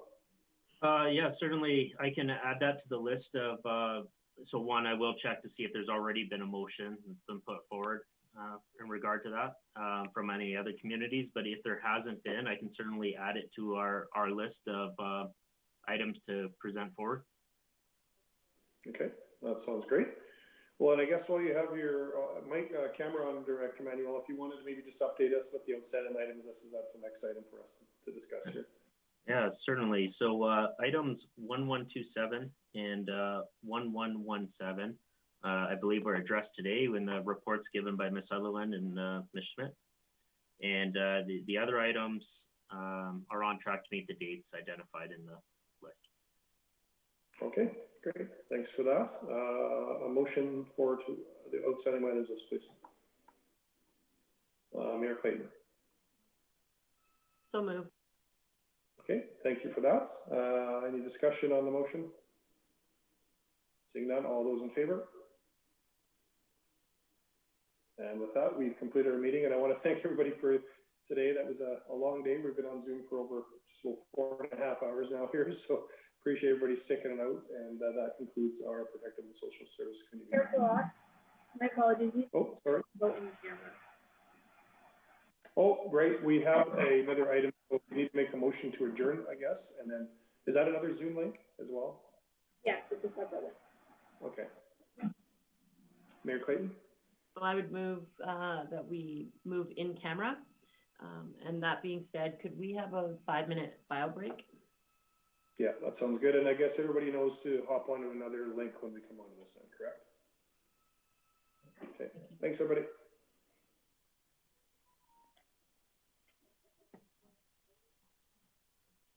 Wait a minute, did we vote on going in camera? Good question. We just had a motion, we didn't actually, okay. Anyway, I guess we'll tidy it up.